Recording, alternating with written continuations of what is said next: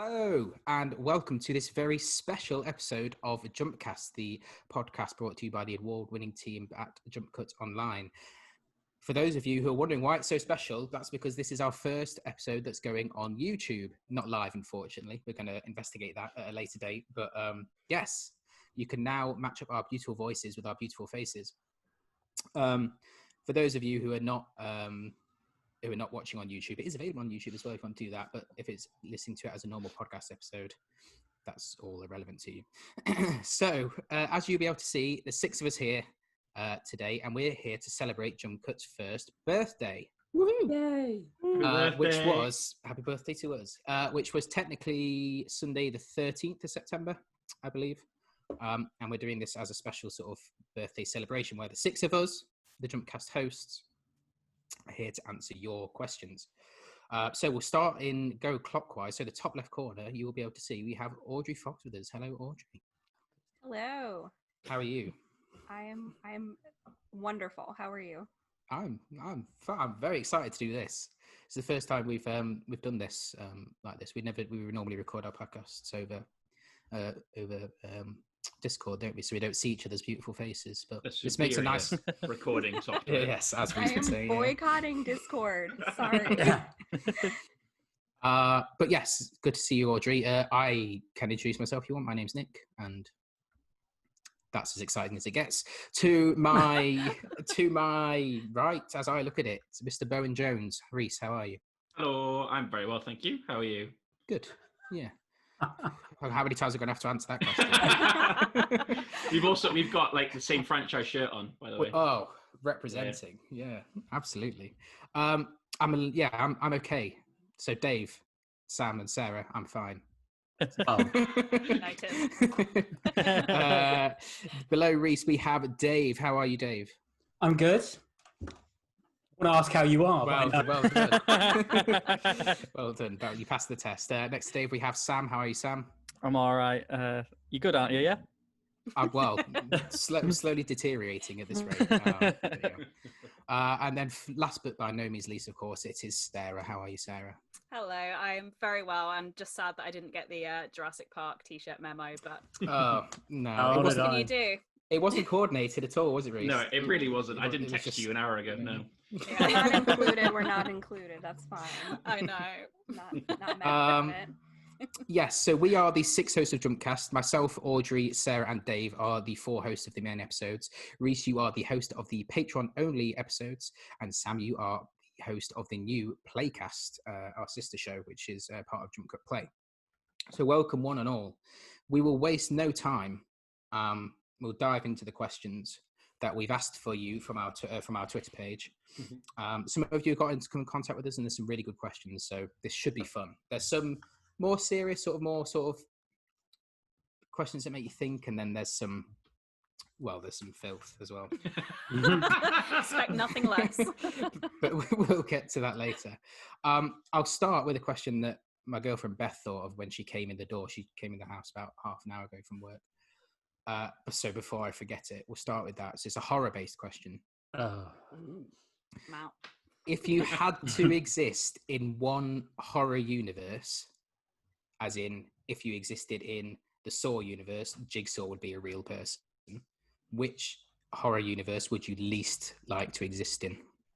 Oh, that's a good question. Good question.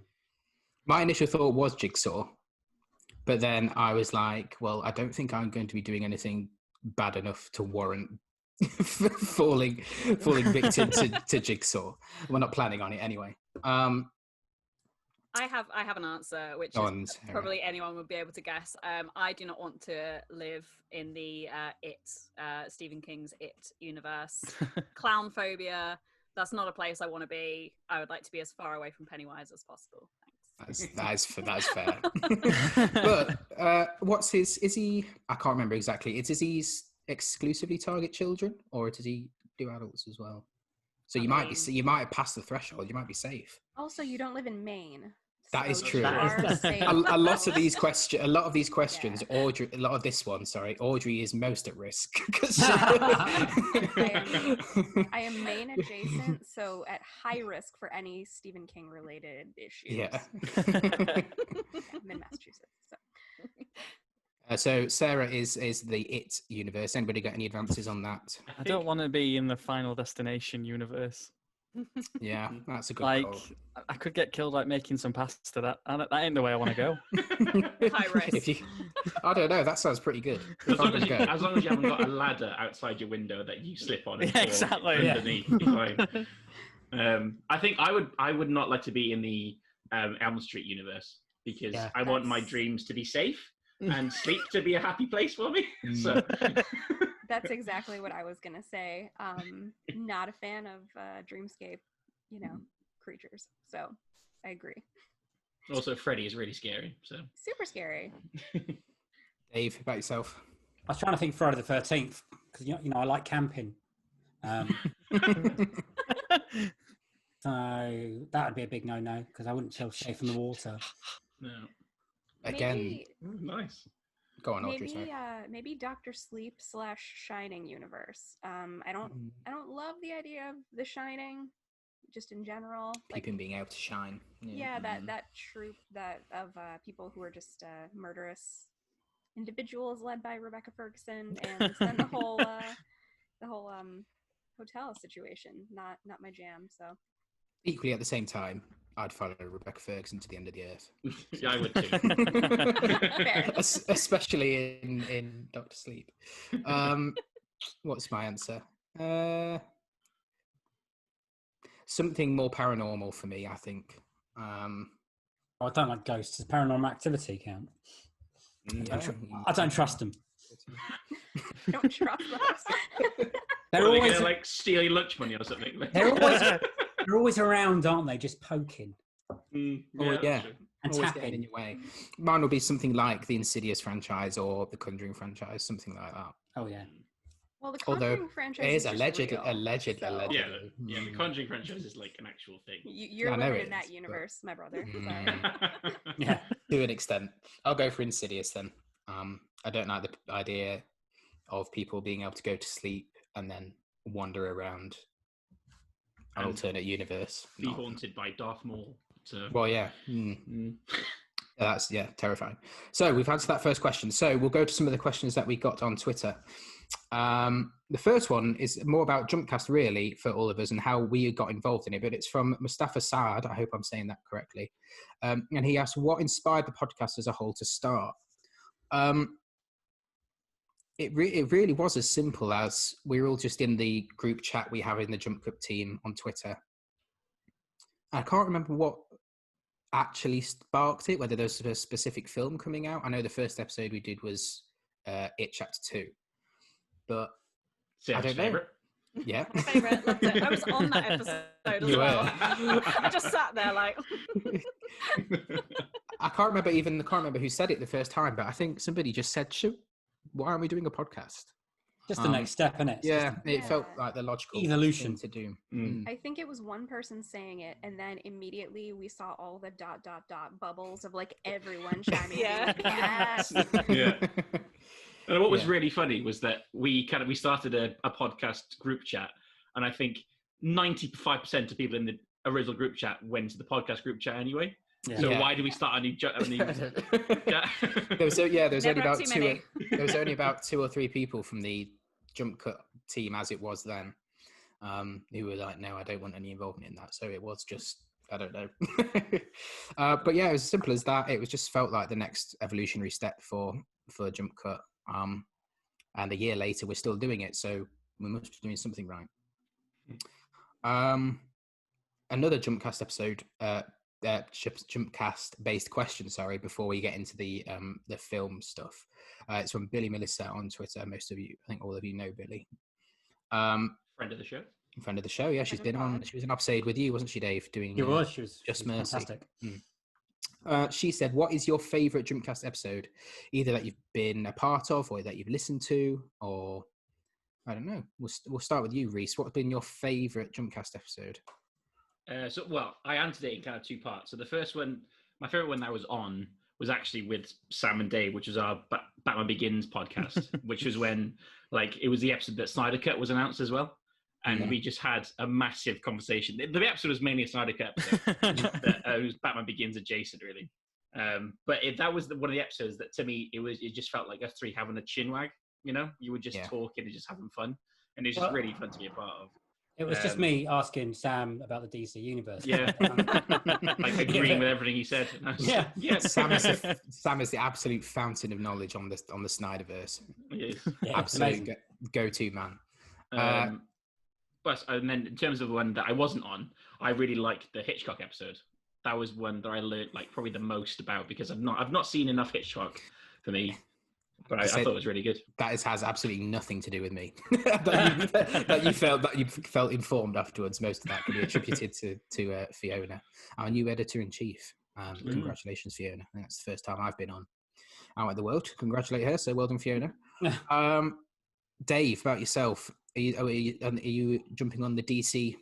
Yeah, that was also probably my favourite. I've got a few favourites actually that I've done. That one, the other Batman Forever one, when we kind of lose our minds in that one as well. Also, the one I did with Stan and Audrey, I can't even remember the film what it was. Oh, The Hunt, and we kind of lost our minds in that as well. It was right at the beginning of the pandemic, and it was just chaos.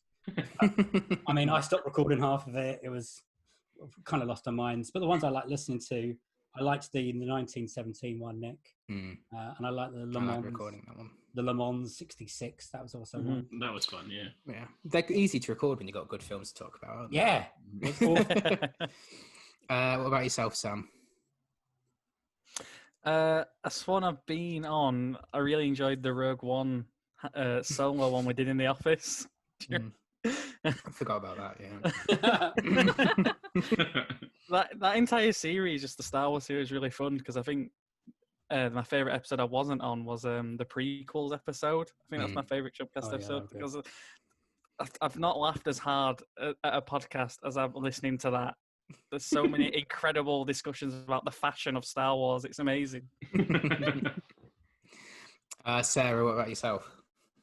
Ones that I've been on, I really enjoyed. I was a guest when Audrey was hosting for The Lighthouse. I think it was me, Audrey, and Jeff, and that was just, I loved that film so much, and I was so dying to talk about it that I was just like, yeah, bring me on as a guest. Like, I want to talk about this film, and that was a lot of fun.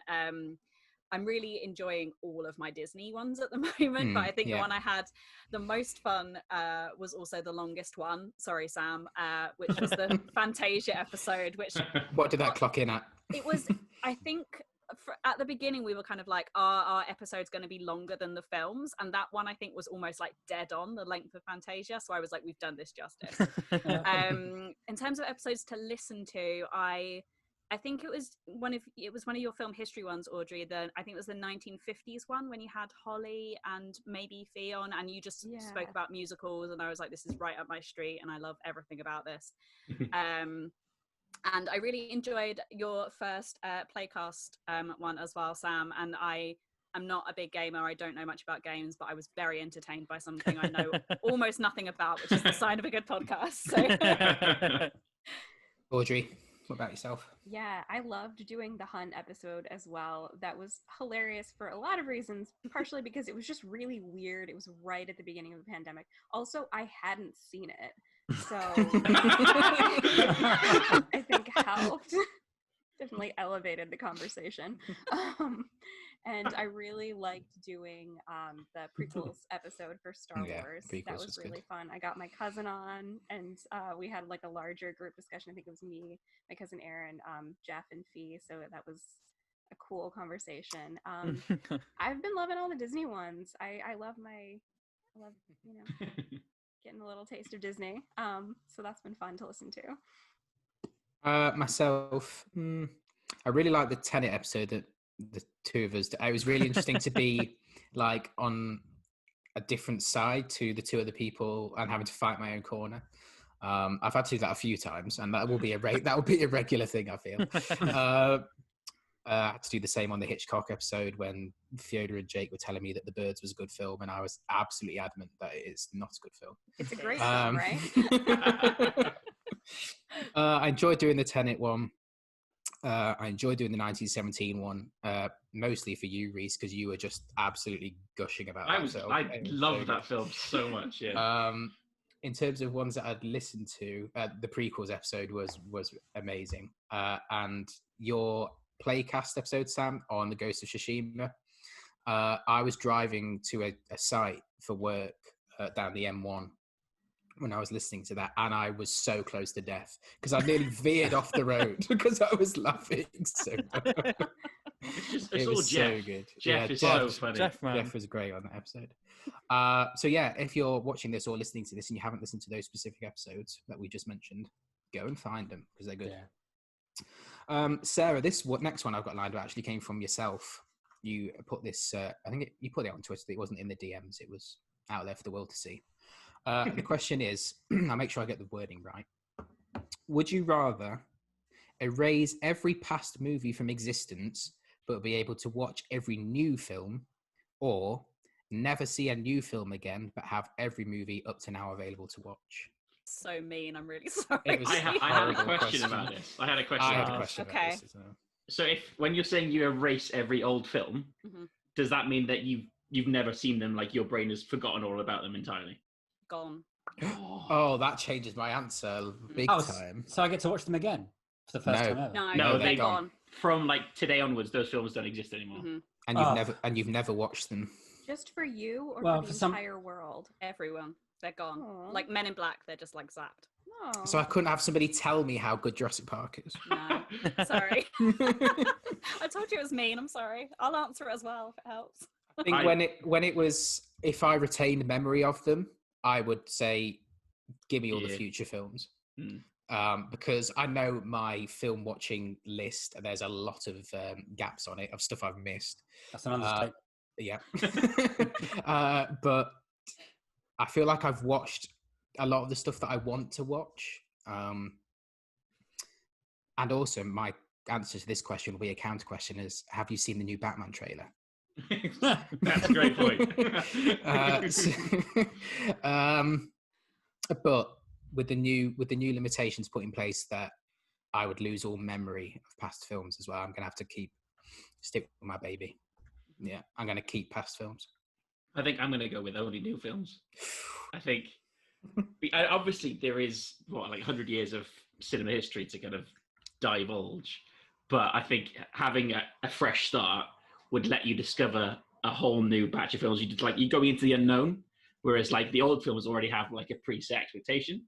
So if you've not seen, for example, like The Godfather, but you want to watch it the first time, that comes with the expectations of, this is one of the best ones ever made. So you're watching it with that kind of already established history. Whereas with a new film, in real time, you're going into it for the first time. Everyone else is in it for the first time as well. So I'm going new films only. Sorry, Back to the Future. But... I can't believe you did your baby dirty like I know. And 1917, R.I.P. I just think, I'd just be such a, I don't know, having not been able to watch Jurassic Park or watch Lord of the Rings films or... But you'll get to watch Jurassic World 3 Dominion, so... I mean, that's not helping.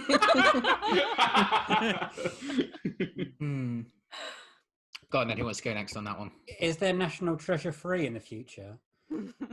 That's a point. So. That's a point as well. What is coming in the future? That would sway me, but no. I'll go past because I can just keep on watching Star Wars like I do. And Top Gun. There we go. There's the two films, isn't it? That's all you need. That's all you need, guys. You don't need any other films. Top Gun and Star Wars. No other films. and Jaws. We'll throw Jaws in there as well. Yeah. But that's it. Those three. Yeah, I'm not about erasing history. That's a very correct answer. Yeah. So I'm keeping everything. Whatever is in the future, I don't know. Also don't know if I feel comfortable erasing movies for everyone else. Like, people didn't make the choice. I don't like having that power in my hands. So there is another element to it as well. You can't guarantee, Reese, that your future films will be any good. Yeah. Right? So you can't guarantee the future. So the future. You can guarantee the past. They have just found. They just think they found alien life on. Is it on Venus? So if you're planning on these future films, the aliens from Venus might be here by next week. So. I mean, one of the films is Dune, so I think I'll be fine. Oh, there's a question. I listened to that on your I'm Thinking of Ender Things episode today. Is it Dune or June? June. I say June, like the month. June. Yeah. Well, it would have a J there, I think, if it was. Well, yeah, like June. Is It's like Dejune. I don't know. Silent D, it's oon. I don't say Dune like Doom. No. I don't say that. And you know you do, Reese, because I was listening to it and I was disgusted. Dune. Yeah, I do. Right. Who didn't answer that question? Sarah, I don't think you answered that question, did you? Oh, No. It's your question, wasn't it? Yeah, I can answer my own You question. can't get away without not answering it, though. I thought about it. I would rather never see a new movie again. I couldn't. In any world where Jaws didn't exist, I couldn't. I don't want to be in that world. Reese is all on his top then. Cinema's fine. I'll be in the cinema. Yeah. That's the horror alternate timeline for you. Is the one where Jaws doesn't exist. The one with no Jaws. Yeah. What do I talk about? In fact, Sam, I don't think you answered, did you? Could you live without John Wick? See, this is what right. What I can do is I can tenet myself. Oh God! Right? Because if I erase all the films I've seen, if we're living on that contingency, one day I'm going to see John Wick 4, and that's going to send me back in time to watch the others again. Like, where are they? And I'm going to watch them all, and it's going to send me on a loop. Is there a mute others Tenet option? myself. Temporal film movement. So you're just going to be living in a John Wick time loop? Yes. John Wick 4 is going to send me back in time to watch the rest, and we continue into the future. The power of John Wick 4. Excellent. I enjoyed that answer, Sam. That was very good. Right, this one is from Jacob Barnes. Who? Who? Yeah. Sorry. Who? What is the worst film that you've ever sat through and watched all the way through from beginning to end? Because we've all watched films, especially at home in the cinema. I've never walked out of a film in the cinema at home. I'm sick of that. But what's the worst film you've sat and watched beginning to end? Mine is easily, without a shadow of a doubt, The Matrix. No, it's it's Freddy Got Fingered.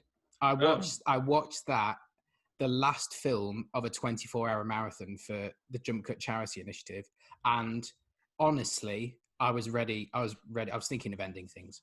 Nice. I can't remember who nominated it, but I remember me and Jake. It might have been you, Sam. Might have been, because I got you to. I think I might have got you to watch that and Neil Breen. You did, but me and Jake were sat there at like 7 o'clock in the morning, having been awake since 7 o'clock the previous morning, and being like, "What is happening?" Yeah, Freddie Got Fingered by an absolute country mile for me. Never seen it. Question. Oh, mate, it's an experience like no other. I mean, Nick sold it to me, so Nick just didn't appreciate cinema like we do, Reese. Yeah. I went to rent that once when you can go and rent films. And when I got it back home, it wasn't Freddy Got Fingered. It was a Sexy Beast. I was only like 15 at the time, so I was like, it's an 18 film. Living life on the edge. Turned out it was a better film than Freddy Got Fingered as well. I can imagine. Yeah, I can imagine. What other answers we got out there for worst film you've ever seen? Friend Request was pretty dire. Which saw one? that in this Friend Request. Is that one of the? It's not Unfriended. It's a separate one. It's like a rip-off one. But is it like a screen share type? There's type parts job? of that in it, but there's also like an actual narrative in it as well. But it was wild. Like, there's an actual bit of dialogue where like this girl's at a laptop and she's doing some research, and then her boyfriend like wakes up and says, "What are you doing? Go to bed." And that's like actual dialogue. And then there's a bit later on where it's like, "I've been doing some research, and it's supernatural." Oh God! And then at the end they're in a woods, and then they're in a power plant. They teleport into a power plant, and this is a film about a ghost coming back to haunt people because she was bullied at school through a laptop. It's Unfriended. I think yeah. Is that maybe I'm mixing it up with Unfriended because that's really about weird. a girl who gets bullied. I'm sure they go to Chernobyl at one point. I don't Good know. God. Well, I watched that in the cinema. Yeah, I don't know why, but I did. I think mine is it's like one of they're all terrible, but it's Epic Movie. It's like one of those like. That was in my marathon as well. That was about 2 films before Freddy Got Fingered. It was absolutely dire. And I think I watched it when I was like maybe about 12 or 13. So I was probably like the target market for that film. And even then I was like, this is just horrendous. You don't like the Nacho Libre parody? I forgot that existed, mate. I'll be honest. All I remembered was the bit with the Mystique parody thing. Forget Epic Movie. You want to watch Date Movie?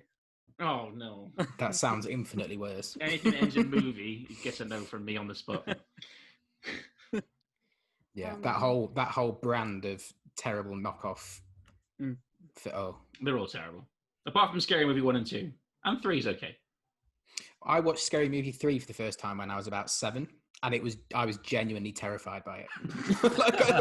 I think I remember like crying or something when I was 7.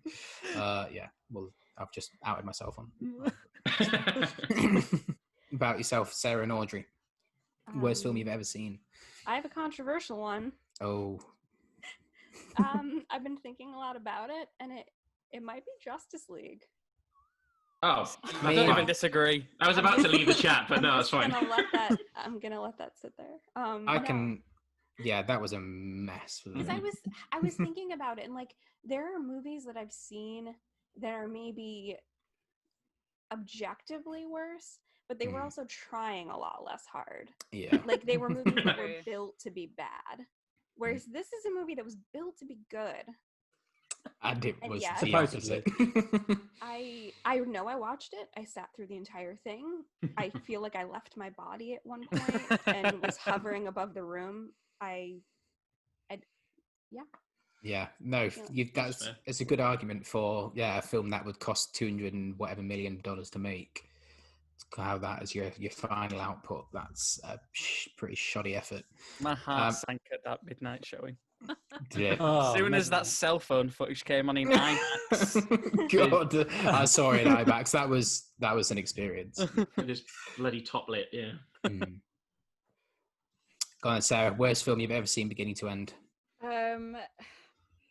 Probably it's close between 2, but I think I'm gonna go with, again, it was one that I saw in my one of my marathon. There's a theme here. I saw it in my marathon. Things we do for charity. Yeah, JumpCut charity initiative last year, and it was a shark film called Shark Exorcist. On paper, it sounds great. There's like demonic nuns.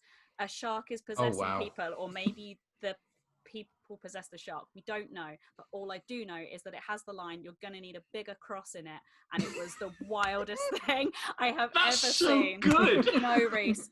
No, I wish it was. Me and Martin were broken people by the end of it. Like, I thought I had lost my mind. It was, honestly, I want people to see it just because it's so bad. And you're talking about like Justice League being made for like $200 million or something. I think this had a budget of about £2, and it shows. It's so painfully low budget. Close contender is the Queen's Corgi, because we all know how. Oh yes, I know. Your review was excellent on that one. That was a good review. That was. Yeah, no, that's so I subjected myself to stuff like Freddy Got Fingered 2 years ago, and then a year ago, sorry, and then this year I watched dinosaur versions of your shark films, and that was rough. I could have chosen anything from that I watched from that day as well. That was tough. Did you watch Velocipaster? I didn't. I ran out of time. I got to about 2:00 in the morning, and I was like, I'm just going to watch all the Jurassic Park films back to back. And if I've got time, watch Velocipaster at the end. But I ran out of time. I think I've still got it somewhere. But so watch out. I might do a review for the site. This next question is from Ripley Design on Twitter. And they ask, if you could appear in any film or TV show and then die or be killed off in it, what would it be? My answer, again, I'll start off, is it's on the T-shirt. Give me, like, the best dinosaur death, like, ever. I don't know what that is, but give it to me, and I'll die a happy man. Which dinosaur, though? That is a good question. It's got to be... You've got a choice of 2, really, haven't you? Yeah, but I might just mix it up and go... Or both. Or both? Yeah. Double teamed. Classic. Yeah. I think if I had to choose one, it's got to be a T-Rex, I think. So I think you can probably have a more iconic choice, a more iconic scene with the T-Rex than some raptors, I think. But yeah, give me like the most iconic Jurassic Park or Jurassic World or whatever series we're in at some point in the future. Give me the best dinosaur death possible. And I'll die a happy man on screen and no. I would go Star Wars on this one. Yeah. Because if I'm dying with like the rebellion, like okay, probably gonna have to do it anyway within the next couple years with the way things are going in the U.S. So we might as well. Sorry. Again, so is that via a red lightsaber, or is there some? What's your method? Oh, dealer's choice. I'm fine. Whatever. Maybe like in an X-wing, just because that at least would be kind of like fast. That would be cool. But yeah, I don't know. I'll be exactly the same. Rogue Squadron. Star Wars. Yeah. I'm going in. Yeah. I'm hit. Yeah. Would you be the man to take down the nuclear reactor in the middle of course with you? No, I'll be dead way before that. The one who just crashes into the side. Yeah, the first person gone. Like, they can see us. Bang. See, I went for more the actual like dying part of it. So I picked Final Destination, and then I have like a really creative way to go. So like my first thought, because I really, because I really like theme parks and stuff. I didn't want to just nick it from Final Destination 3, not on a roller coaster. So my death scene would be I go into like a simulator, for example, like the Simpsons ride in Universal, but the simulator becomes real life, and I get like launched like through the screen and stuff. But yeah. I thought about it for about 5 minutes. The full 4DX experience. Exactly. With the Reese flying at your face. I'm imagining it. It's basically, this is a reference. The Bean movie, the first one. When he he goes on the simulator and he like ramps up all the settings up to like max, and everyone gets like thrown out of the seats. That's how I want to go. What a way to go! That's how I want to go. Good, we could organise that. I mean, you can go to Jersey, Class Action Park, and there you go. Yeah, true. Basically. Job done. Yeah. See, I thought about it in a way that the actual like afterlife would then be pleasant, and I went TV and eating. I would like to be in The Good Place, because then you still get a chance to exist afterwards, and some of the stuff that happens in that show is pretty awful, but some of it's pretty great. And that was such a nice, well thought answer. Mine was get ripped in half by a T-Rex. I'm like, how can I continue? Yourself, Sam. I've got two possible answers for this. Are you getting killed by John Wick? John Wick. No. if I'm going to be in John Wick, I'm going to be John Wick. But answer one is no. Oh. Kind of that concept though. Okay. I'm going to put myself in the role of Elijah Wood in Spy Kids 3D, and I'm going to be the guy. He's the guy. I can be the guy, and I can go out in an honourable fashion. But by getting zapped in a room. Exactly, because I'm trying to find the treasures and the riches. There's better ways to go in that game. Like, the racing scene is a better way to die, surely. I know, but I can be referred to as the guy. It's worth it. I can call you the guy if you want. It's not the same. It's not the same. I'm going to appear in a silver Iron Man suit, and people can be like, that's the guy. He's not the guy. I'm the guy. And then option 2, I can go to hell, but I'm going to go to the Bill and Ted hell and play hopscotch with death. Okay, I respect that. That's fair. We can play Twister, maybe play a bit of Warzone together. The good times. The good times. Good answers all round. What's the next question I've got here written down? So this is from our friends at We Have a Hulk podcast on Twitter. Thank you for writing to us. What is your most underrated and overrated film of all time? Should I go first again to give you guys some time? I've already got my overrated film. I'm sure you all know what mine is. Is it Paddington 2? It's Paddington 2. That's a joke. I've been on this horse for since 2017. Kick him out. Who's got that rule? Well, Reese, you are going to love the question coming up later. Oh, mate, I've already planned it. I've already thought about it. Yeah, Paddington 2, I'm not going to lie, it's just shit, lads. It's really bad. It's just shit. It's not, though. It is. It's one of those things where, so my take has been morphed over the years from Paddington 2 is very Tory to Paddington himself is Tory. I'm not saying Paddington the bear is a Tory. I'm saying that the world that that he exists in is a Tory universe. Like the family that take care of him, they're a very well-off family, and their biggest strife in life is they've got a talking bear to look after. Like in a post-Brexit world, I'm sorry, but that's just not a true-to-life depiction of what life is like in England. There you go. I've said it. That's me. I'm out. I respect it. I love that's how you saw that film. It's bizarre. Yeah. Did you not cry at the end? Oh, God, the aunt comes in. Okay, that was quite nice because Paddington is as a character is fine, but it's the everything else I didn't like. And he respects it. Move on. Let's move on. There's no coming back from this. So that was your overrated. So we'll go around and all do an overrated, then we'll go around and do an underrated. My overrated film is, well, what to choose, which to pick. This can be shit as well, isn't it? Based purely on the fact that everybody says it's the best film of all time, and it is simply not, is The Godfather. It's my answer too. Yeah, I watched The Godfather for the first time this year, and I was bored out my brain. It's fine. Like, it's absolutely fine. It's just like... Part 2's better. I don't think I'll ever bring up the courage to watch Godfather 2 after watching the first one. I mean, it's better. It's better. It's just... there was a really good review I saw of it on Letterboxd, and I wish I had it to hand, but it was just a massive sort of analogy of trust them. Whatever.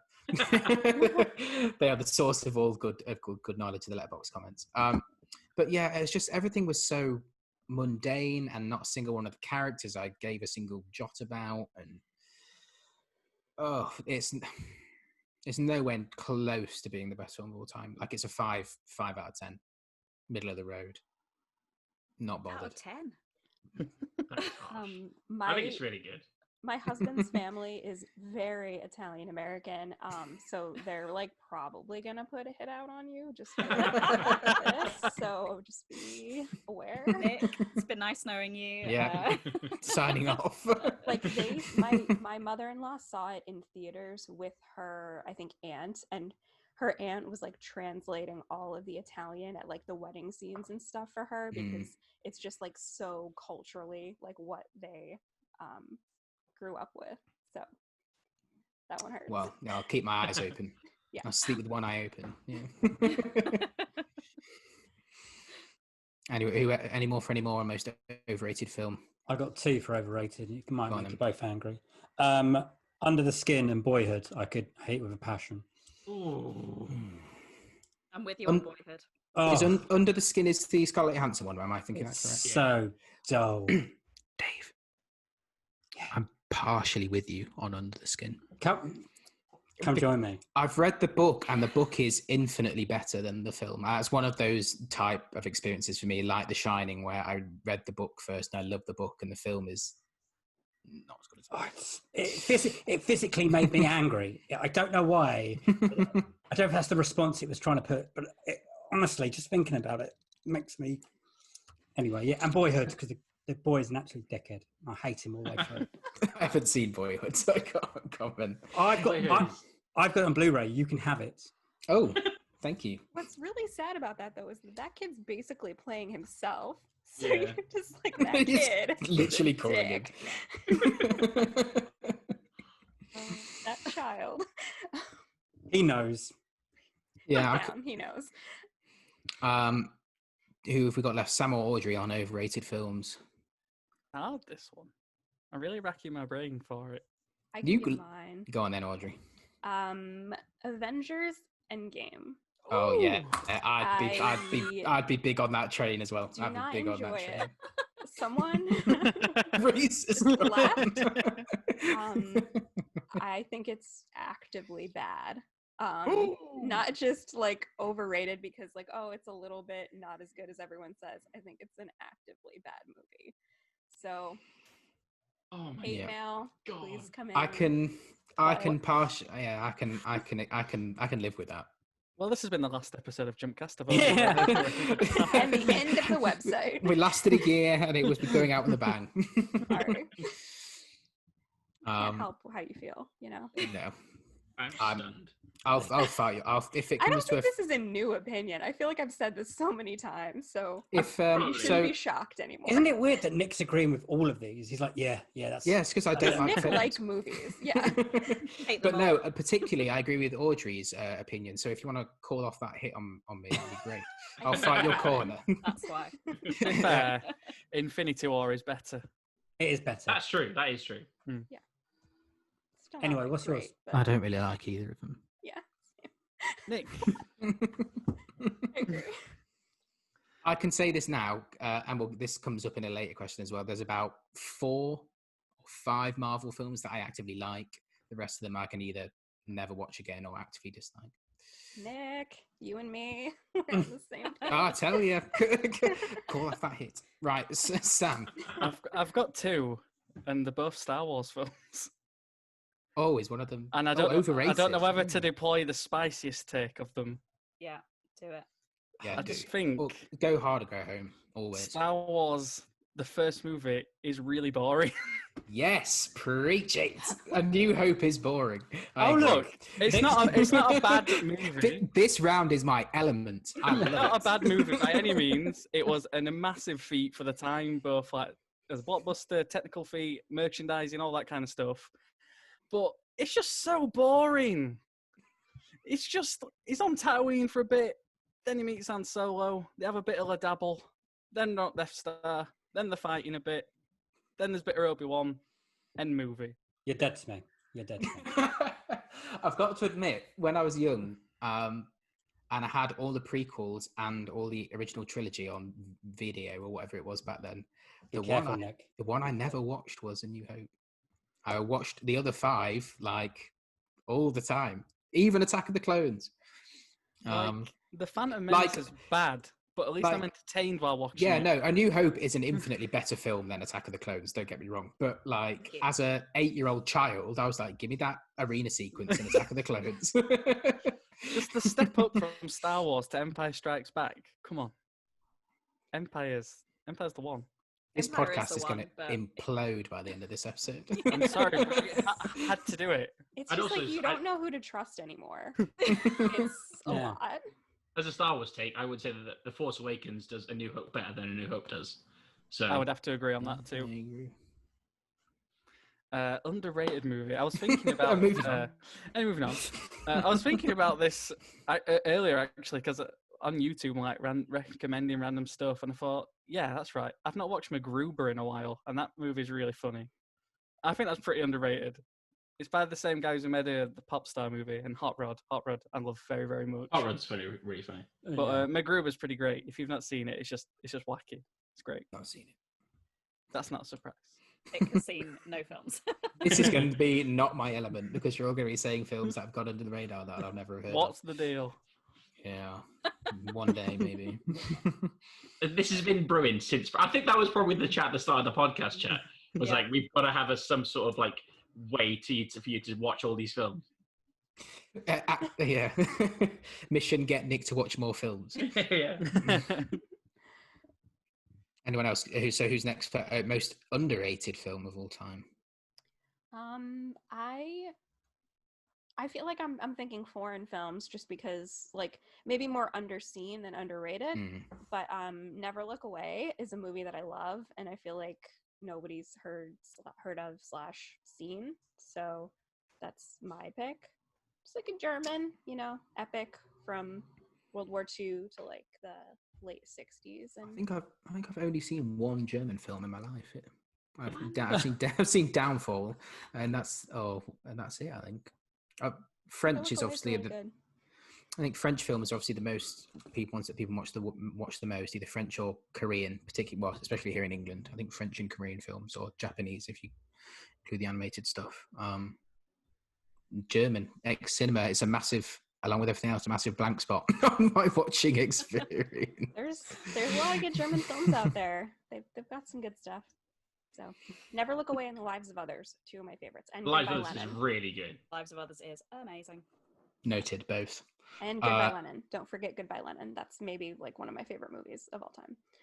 So, go on then, Reese. Underrated. I'm not sure. Like the two films that came to mind, I'm not sure they're that underrated, really. But people just kind of they don't maybe value them as much as I do. But I think Pacific Rim doesn't get a fair whack. I think that is one of Del Toro's best films, apart from Pan's Labyrinth. I think because I think it's just like it's the most like authentic big monster robot battle movie ever, which is there's not a big market for it. So his competition isn't big, but that film was amazing. And he also have a very, very, very soft spot for the new Godzilla, the 2014 one from like 6 years ago. With Aaron Taylor Johnson and Dave didn't like it. Like one of my best friends from up here, he hates it because he was missold on the fact that it was going to star Bryan Cranston. Yeah, it does for a bit. Yeah, but Godzilla, like I saw it with one of my friends, and he said like watching me watch Godzilla was like I just seen God for the first time. Like it was like the point when Godzilla like mouth beams down like a throat of a monster. I was like, this is the greatest one I've ever made. So yeah, Godzilla is probably my exactly pure cinema. Your unadulterated cinema. Exactly. But I saw it in the cinema. It was great moment seeing that Godzilla. Because again, Godzilla, I grew up on the Matthew Broderick one. Yeah, me too. And that was not good. The Puff Daddy song, hell yeah. And that was not so good. Dave or Sarah, underrated film? I can go. One of my favorite films I feel like people probably have seen, but maybe not enough people, or it just doesn't get talked about, is a film called Ruby Sparks, which came out in 2012. Great film. Zoe Kazan and Paul Dano, and it's just I love it so much. I have watched it so many times. I'm never not in the mood to watch it. It's just a really, really great film. And I just feel like that there's like a small circle, well, clearly because people in here are like, yeah, it's great. But like a small circle of people that like love it and have seen it and are like, oh yeah, that film's great. And then the people who are just like, I've heard of it. What is it?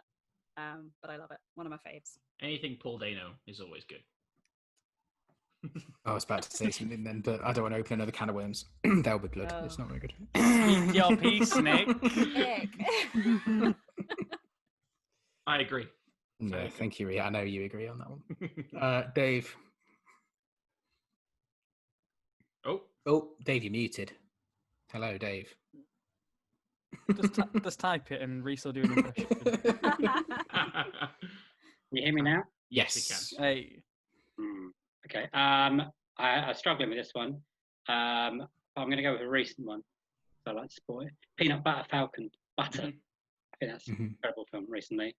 Other ones on my list: Smoking Aces, High Fidelity, Empire Records. They're all my Empire Records. Yeah. All good films, and not enough people have seen them, especially Empire Records. I watched that a lot in my teens. I wanted to work in a record store, and I don't really know anything about music, to be honest. So that and High Fidelity was actually my go-to. For myself, I couldn't really think of an answer for this one. But I went on something that bombed at the box office that I think is genuinely great and much better than the original, and it's Blade Runner 2049. I know a lot of people do like it, but it absolutely, like, in terms of what it cost to make and in terms of what it took at the box office, it was, well, yeah. And I think a lot of people slept in it when it was released, but I think it's pretty close to being a masterpiece, and it's a lot better than the original. Well, I've only seen the, oh God, which cut have I seen of the original? One of the director's cuts. The Snyder cut. The Snyder cut of Blade Runner. But no, my answer would be, I think Blade Runner 2049 is very underrated because I think it's better than the original. Moving swiftly on. This one is from, well, Jake. It's from Jake again, but he said, can you come up with some aliases for because he asked quite a few. So this is from Jack Bob Sands. Who would win in a Tom Hardy themed cage fight? Okay, are you ready? So here are your options of the different versions of Tom Hardy who are currently going to fight it out to be the winner. We have Bronson, Bane, Mad Max, Venom, the Cray twins, singular or both, Tommy Conlon, which is from Warrior, Forrest Bondant, from Lawless and John Fitzgerald from The Revenant. Which version of Tom Hardy? Who are you betting on in that scenario? Venom. It's Venom. Yeah, it's Venom. It's Venom. It is Venom. But I would also, I'd like to see Venom versus not Bane. Who was I going to say? Bronson, because I think Bronson's just a lunatic, and he'd just go for it. What if it's like a tag team match with 2 Tom Hardys versus 2 other Tom Hardys? Well, the Cray twins, like the Hardy twins. No, because what I'm going to do, right? I'm going to get Bronson to be drove to his match by Ivan Locke. Oh, here we go. Oh, nice. They'd have a great conversation, and Ivan Locke can wait in the car. Bronson can go in oiled up because you won't be able to touch him if he's oiled up.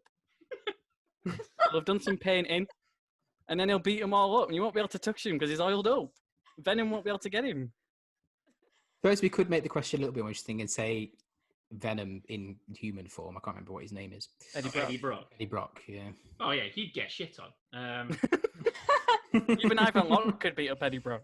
If it's like if they're all human form, I mean Bane is probably up in the conversation. Although I think Mad Max could hold his own against most people. I think he's a bit of a scrapper. We know how to disable Bane though. Just take his mask off. Yeah, that's true. Where does actual Tom Hardy fall in this? He's ranking? top 3, isn't he? Yeah. Just like Tom Hardy as Tom Hardy. Well, there's when Jake proposed this question to me, I was in a chat with Tom Sheffield, and he put forward CBeebi's what was it? Bedtime Story. I watched all of those. I don't have a child. We'll get maybe there's a Tom Hardy themed question coming up later, maybe in our final round, which we'll get to. But if Venom is Venom isn't allowed. I'm gonna pin my colours to Bronson. I reckon Bronson could have anyone. He's a lunatic. That's fair. Yeah. Right. So this one is from myself. So you have 4 famous film franchises. You have Lord of the Rings, you have Harry Potter, you have Star Wars, and you have the Marvel comic universe. You're binning one of them off. It's easy, isn't it? It's easy. It is for me. I'd get rid of Marvel. I'd get rid of Marvel. Just repeat the franchises again. Lord of the Rings, Harry Potter, Brilliant. Star Wars, Brilliant. Marvel. Get rid of Star Wars, mate. Every time. See you in a bit, Lord of the Rings. Yeah, Lord of the Rings. Samwise, Sam Unwise. What? Goblet of Fire, my guy. I'm not getting rid of that. Yeah, neither am I. So I'm getting rid of Marvel. Yeah, but I want to watch Spider-Man: Homecoming again. So yeah, guys, I can't see Aragon Homecoming. So I mean, I thought about this today. The Harry Potter thing is like, if we can take away the author, Harry Potter should be able to exist on its own thing, because Harry Potter is the reason I've got so many friends today. So we'll I can't take ownership of it. I wrote it. You can have the books. You can have the books. Let's just get rid of the films. No, but the films are also really good. They're all really good. There's like films good ones. No, there's they're all at least 7 out of 10. 6 good ones and 2 adequate ones. You're wrong. At least 7 out of 10. I could not be more protective of Harry Potter if I birthed it myself. Thank you. I would never get rid of Harry Potter. No. Harry Potter's the state purely because you've got the boy, Gilderoy Lockhart. So come on. Also known as Poirot. Oh god. This is the nail. Yeah. I'm with Audrey. Harry Potter's got to stay. Gotta stay. Yeah. I get rid of MCU 100 times. Yeah, I would. Easy every day of the week. I wouldn't even blink.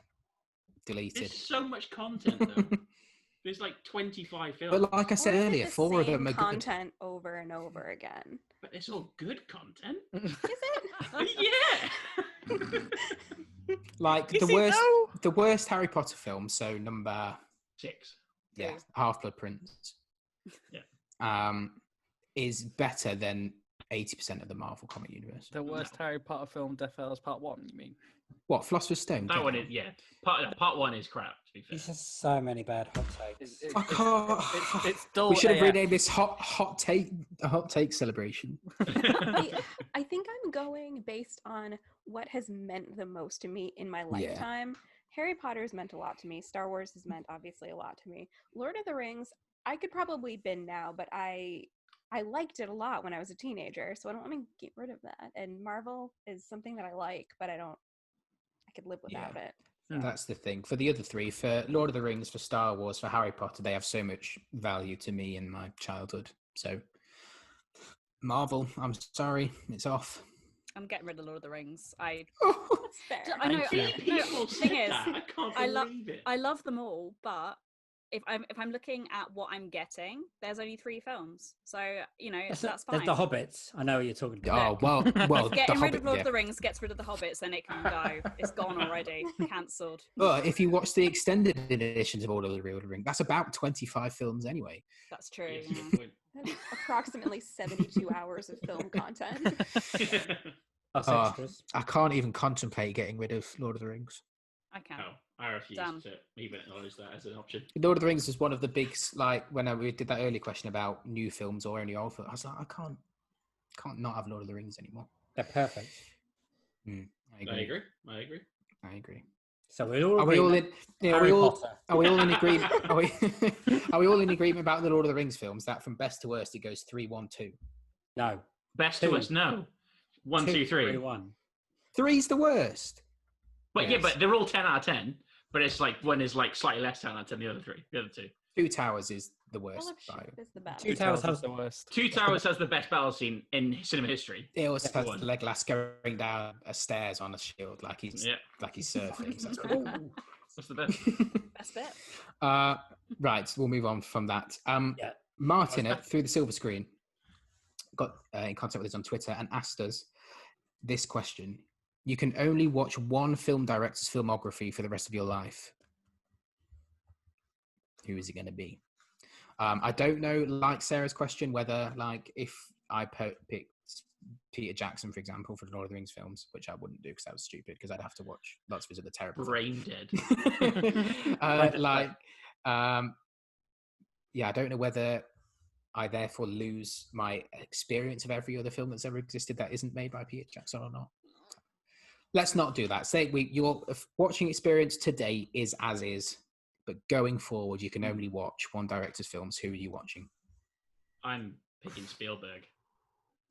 I suppose actually, this is another question we should do. Another thing we should take into consideration is so like you get to watch all of the new Spielberg films as well. So like for somebody who's like maybe an up and coming director, you're really excited about what they're going to do, like Denis Villeneuve or something, for example. Like if that might be something you take into consideration going forward, whether you want to watch the next 50 years of his films or. I have a question. Go on. So if we're postulating this, are we allowed to include films that the director has produced or written, or does it have to be just films that they've directed? If it's produced, it's still the same answer. Purely because I won't know who produced what. And also, I think 80% of Hollywood films are made by Spielberg anyway, or produced by Spielberg That's anyway. I'm thinking, you might be the best answer. We'll go just for directing. We'll go just directing. Okay. I still pick Spielberg because you've got Jaws, Jurassic Park, you've got, E.T., you've also got, war films like Saving Private Ryan, you've got Bridge of Spies is really good. Munich's really good. Schindler's List. Amazing. Schindler's List. You've got I think Spielberg is like one of the most varied filmmakers. Everyone has a style or whatever, but he is. You've got Ready Player One as well. That's got good bits. It's got good bits in it. He's got one of those kind of what's it called, filmographies that is just so varied. It covers so many genres that you just never get bored. So yeah, you'd have whatever you're in the mood for, you could probably find a Spielberg film to fit the mood. Sarah, are you going to say Tommy Wiseau? No. So this is like asking me to choose between my children that I don't have. Sarah's choice. I genuinely because obviously the obvious choice is Spielberg, because then I get Jaws. But then in terms of how many, if I'm thinking of the directors that I have the most number of films in my top 20 or whatever, it's Kubrick. I've got 3 Kubrick films in my top 20. So. Mm-hmm. Logic should say that, but then if that would mean never being able to watch another film I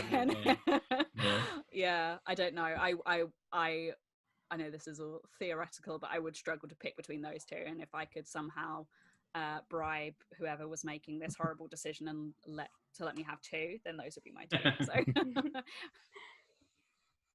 Dave, Mike, Spielberg, easily. Spielberg. There's no question. Sam, same reasons. I assume just variety, hit after hit. Yeah, just my childhood. I got to stick with Michael Mann on this one. I was thinking Michael Mann for you. I'm glad you didn't say Neil Breen. Yeah, Neil Breen. Close second.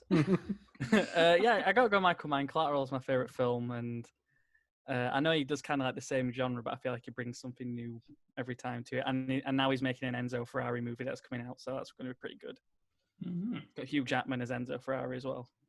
List off some other Michael Mann films other than Collateral. Heat, The Insider, Ali, Miami Vice, Public Enemies, Last of the Mohicans, Thief, Manhunter.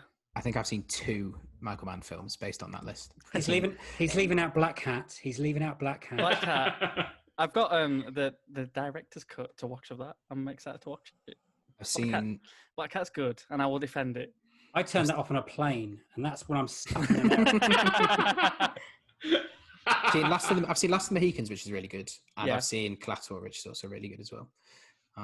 If we're going by produced as well, I can watch the Aviator, Scorsese film, which is pretty good. I forgot about Scorsese. Oh yeah. Because he produced that, so I can watch that too. Audrey, what about yourself? I've been thinking about it a lot while you guys were talking, and you all bring up really good points. Thank you. You're welcome. I think I'm gonna go with Penny Marshall because I would love to have Big and Leave Their Own. That Big's would in my make me top really 10. happy. So I watched Big for the first time recently. It's a weird film, man. it's a weird film, but weird ending. Push past that part of it, and it's a good movie. It is fun, yeah. There's this really funny, like College Humor, Funny or Die sketch, where it's like the role reversal, where it's Darren Criss as like an office employee and Evan Rachel Wood as a child who's now an adult woman who works in the same office, and how like much more obviously creepy that plot is if it's switched. The original ending to that film, they didn't film it, but they wrote it, is really weird. I told Reese about it. Do you remember? Is it the one when she becomes a kid? Yeah, she finds the Zoltar machine and turns herself into a kid and appears in his class the next day so they can date each other. There's another movie, oh my god, 14 going on 30, and like this is a legit film from the 80s, and it has that ending where it's like this guy has a crush on his teacher, and he like ages up and they start dating and they fall in love, and then she de-ages so that she can be 14 and My question is, like, in Big, he's got this like job and he's making waves in the toy industry, and then he just disappears. What did his employees, like his co-workers, think? And where was he getting paid? Because he didn't have like a bank account or anything. I want to know all the details of Sam with all the big questions. He just got checks, and they would just give him cash. True. He would just go to like a check cashing place. But he basically invented Transformers, and then he just disappears. One hit wonder, off in the wind. My answer to the question of director I would watch, it's a toss-up like Sarah, one of which is Spielberg, and the other of which is Denis Villeneuve. I can't not laugh every time. I know it's a very film bro thing to say, but Arrival, Sicario, Prisoners, Blade Runner 2049 are all in my top echelons of my favourite films.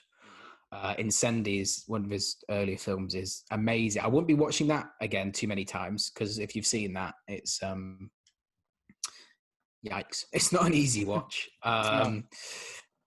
Very, very good though. But I won't be watching that over and over again. I get to watch Dune. None of you get to watch Dune. I can live with that. I get to watch whatever Denis Villeneuve gets to do going forward. But I get no Jurassic Park. The thing is with Jurassic Park, I know it word for word, so I could just close my eyes and I can watch it. Recreate it. Yeah. You skip the adverts. Oh, yeah, absolutely. We're not on ITV2 anymore, Sam. Just recap it shot for shot. Yeah. No, get out in the garden with the cats or something. Oh no, it's got to be Spielberg, isn't it? What am I talking about? It's Spielberg. Right.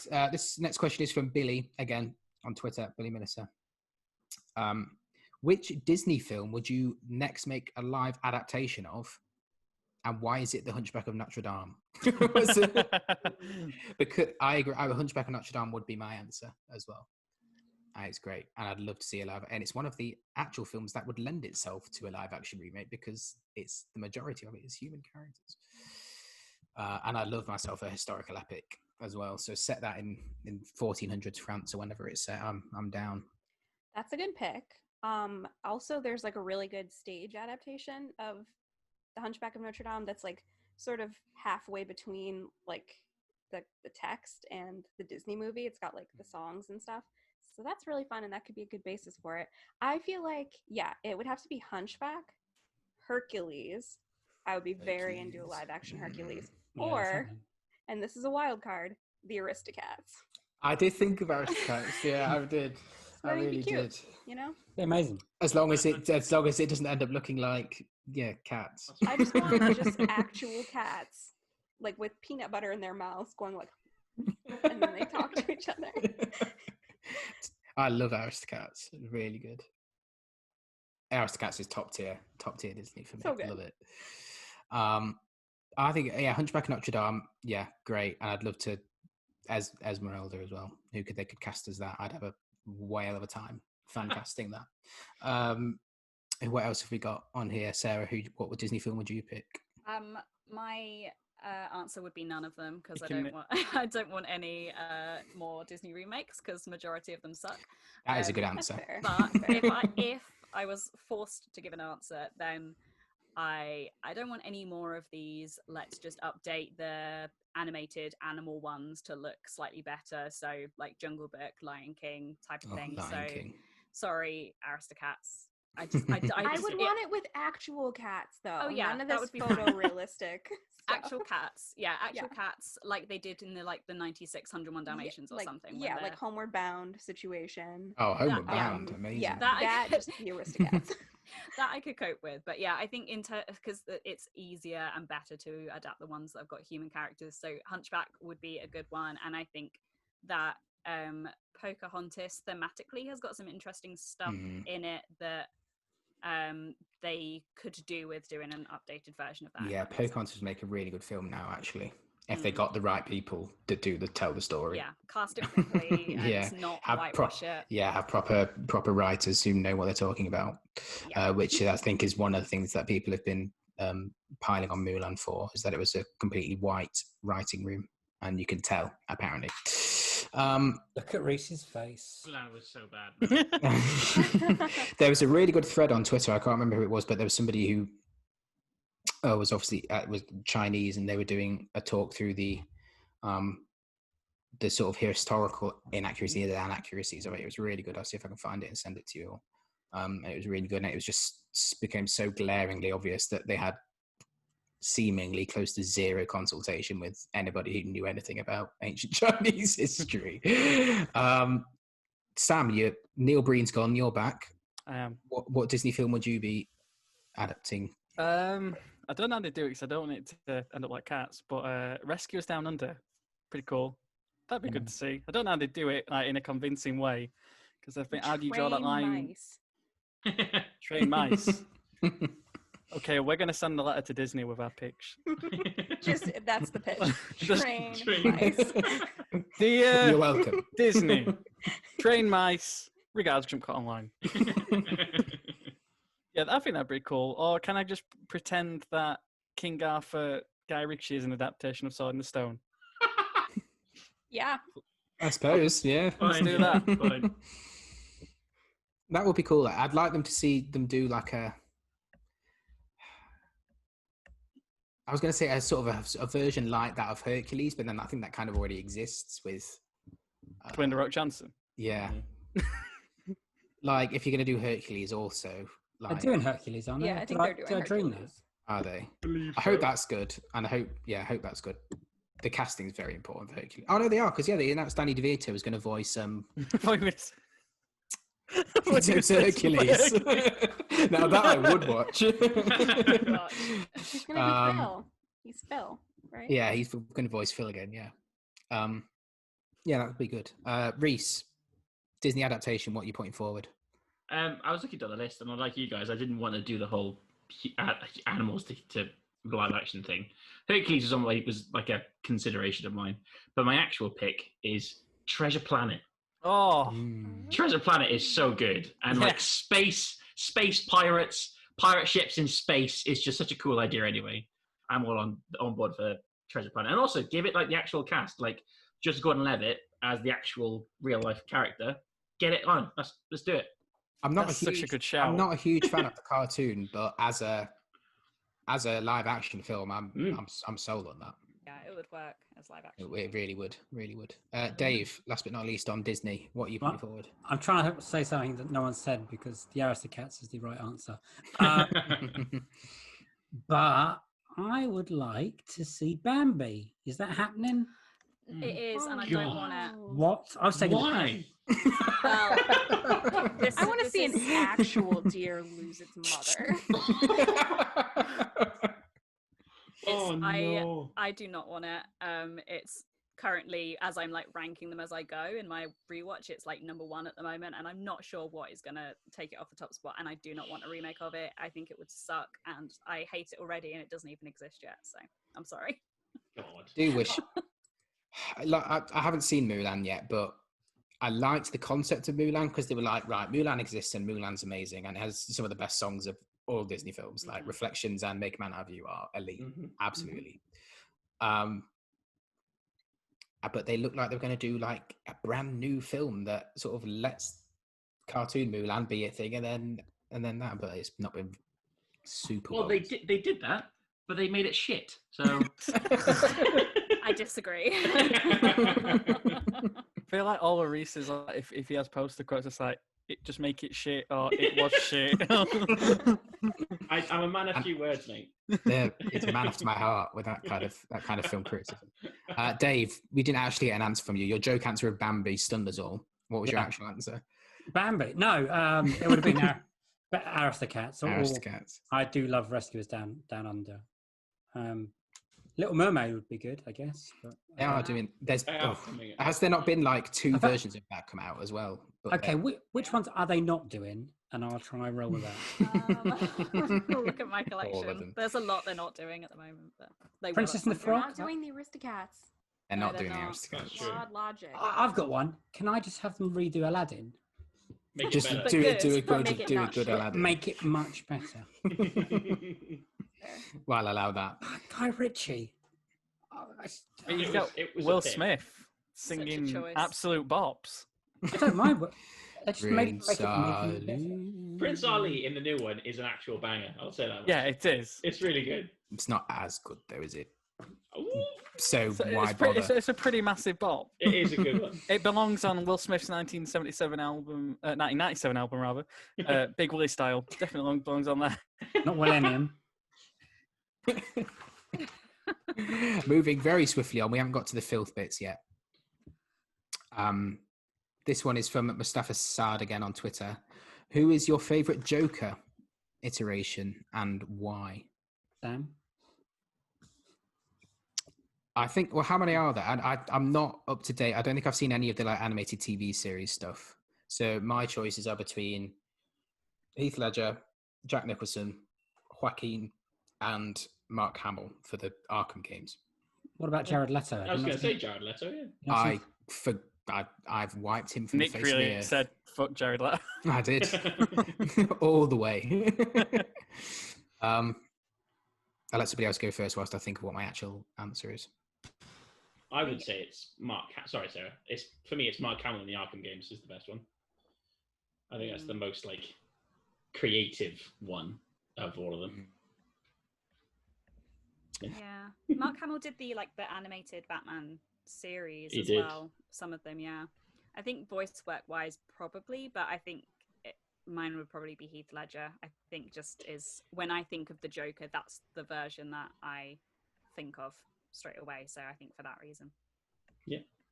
Shade being thrown on Joaquin Phoenix here. don't want to think about that film. It's a good question, because I think even like Jared Leto, I think all the different actors that have played the Joker have all had something good. All of them? Talk about. So I think so. Even Jared Leto. I think Jared Leto's got good bits there. Not a lot, but there's good bits there. But for me, I would say Jack Nicholson, just because I've got a lot of fond memories of watching Batman '89 with my brother, and it was like the first Batman film I saw. And I think there's just so many iconic bits, just him like dancing to Prince in the art gallery. Just his whole persona is Joker. I know he's kind of playing himself a little bit, but I don't know. I think he's perfect casting in that movie. Yeah, the way he can flip from like funny to dark is brilliant. That smile. I think my answer would be Heath Ledger as well. I think that's a pretty safe answer. That's what most people would say. Like Sarah, it's who I immediately think of when somebody says Joker. And it's weird because I think he's probably the most distant from the original character of Joker when they were first established. In terms of the ones we're talking about, he's probably the most far removed from what the original Joker character was. And I think that's what I like the most about it. That, yeah, like Joker's in the comics and in Jack Nicholson's version and the games, it's all very eccentric, very wacky, whereas Heath Ledger's just straight psychopath. Which, yeah, I like that. So Heath Ledger would be my answer, I think. Okay. Dave or Audrey? I agree with Sam. There you go. Yeah. Jack Nicholson. They're all right, aren't they? Oh yeah, I don't think apart from Jared Leto, I don't think anyone's done it badly. Really, I think. Yeah, I'm with Sam on that. As the Jared Leto one, he just wasn't really given the material. He had ideas in his head, he just didn't get enough time to. He was damaged. That's why. Yeah. Damaged goods. Audrey, who's your favourite Joker iteration? Or you can say none if you. So this is an answer for approximately 4 people in the known universe. My favorite Joker is Conrad Veidt in the 1928 film The Man Who Laughs, who is clearly a predecessor, prototype for Joker, but I don't like Joker. I don't like you don't any like the character of the Jokers. Joker. Yeah, so I think he's my pick. He's like a Conrad Veidt, The Man Who Laughs, final answer. Very on brand. That's cool. I've never heard that as well, but if that is a sort of an origin story without being an origin story, that it inspired the team at DC, I might check it out. It might have. I don't know. But well, I'm going off your word. It would have. It's yeah. We have 2 more questions, and then we're going to jump into our final round, which I've asked you all to prepare a question for. Shit, you did. No, it's all right. The penultimate question again is from Jake. Oh, I've got 3 questions. Sorry, and then we'll get to our final. It's from Jake. So I don't know what is going through his head when he came up with this. He must have had some violent thoughts happening. He was embodying Joaquin Phoenix, and all he has is negative thoughts. If you had to, which of these super cute characters would you kick in the face? Right, and these are your options. We have Paddington, Reese. Yep. Baby Yoda, or whatever he's actually called, or she's actually. Oh, his face! No, he can. You have Stitch from Lilo and Stitch, and you have E.T. E.T. is getting an absolute pounding. I'm sorry, but like E.T.'s like the story's cute, but it looks vile. Yeah. Yeah, E.T. is my answer. Well, like I said earlier, I wouldn't punt Paddington himself, so I'd punt E.T. probably. What's E.T. done to hurt everyone here? Well, he looks like I don't know what he looks like, but he's just nah. He's not nice. He's not nice aesthetically, is he? Aesthetically. He looks ill. So he deserves to be kicked in the head? Yeah. I'm trying to think who would be able to take it the best also. I think Stitch. Stitch is a little jerk. I agree. I think he can take it. So what? Stitch is going to be found dead in a ditch in Miami. That's what's going to be happening. Yeah, Stitch is a shit. Stitch would like do a comical, like he would just fly off and then he'd like, and then he'd pop back. He's fine.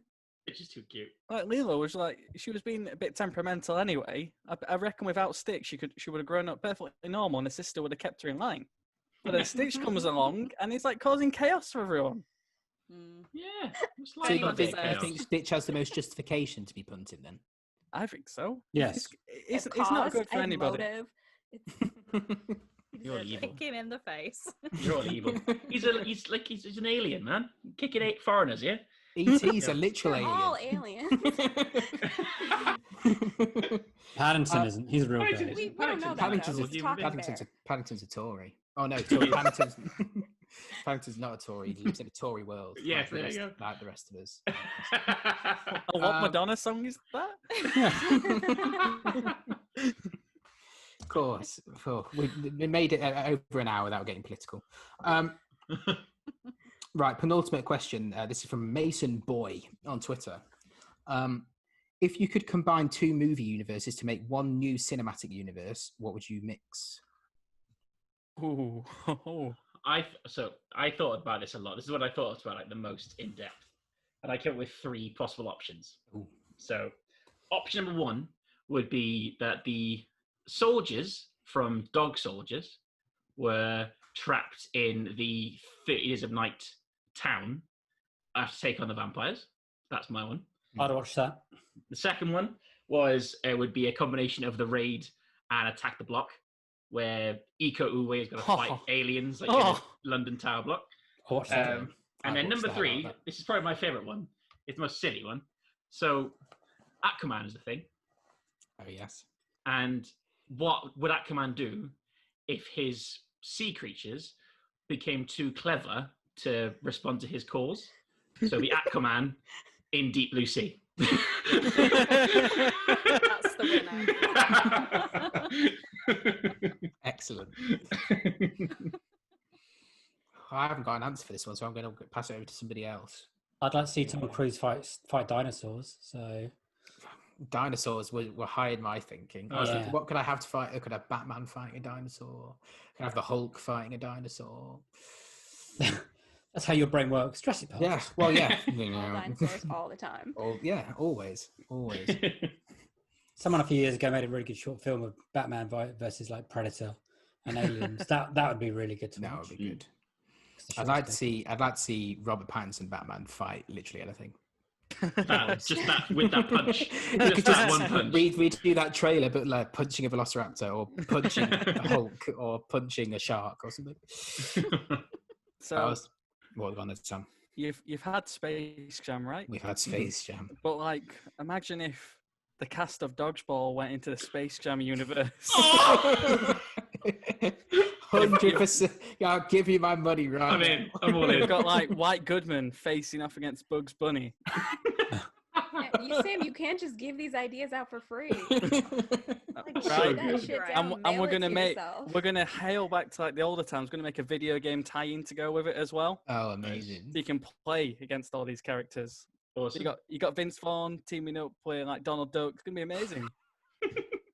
I want that to happen. And we can have Bill Murray join them as well. Yes. I'm so mad that that's not the actual new Space Jam. Yeah. Whatever the new one is, I'm going to be really disappointed. Yeah, LeBron can. We can bring back Patches O'Houlihan as like an animated character instead.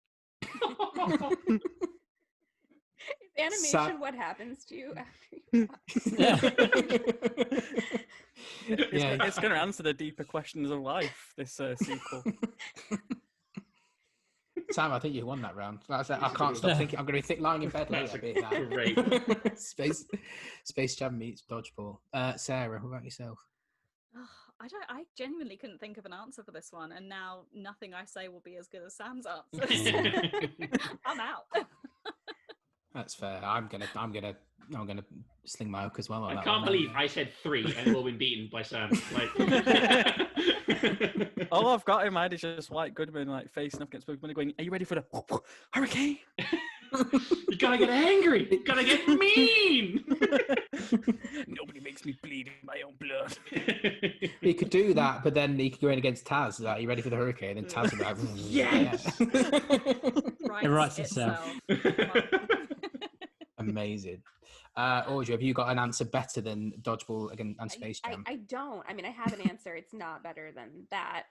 Mine is just very on brand again for me, which is Back to the Future meets the Jane Austen verse. I think would be fun. Oh, that would be cool. Just that would be, I'd like them to do, like a literary tour of the 1800s and drop into all I just want the characters from like Pride and Prejudice and Emma and stuff to have access to a time machine and just like get an adventure. I'd watch the reverse of that as well. I'd watch them come forward as well. It works both ways. Yeah, I take it. 100%. I'm down for that. Sam, in as well as your train mice letter you're sending to Disney. Yes. Get another letter in the post. I'm sending Space Jam meets Dodgeball. whoever will read it. Yeah. Right, and the last question before we do our finale round of what is, when you were younger, called Snog, Marry, Avoid, we're going to call it Fuck, Marry, Kill, because we're all adults. It's a family show, Nick.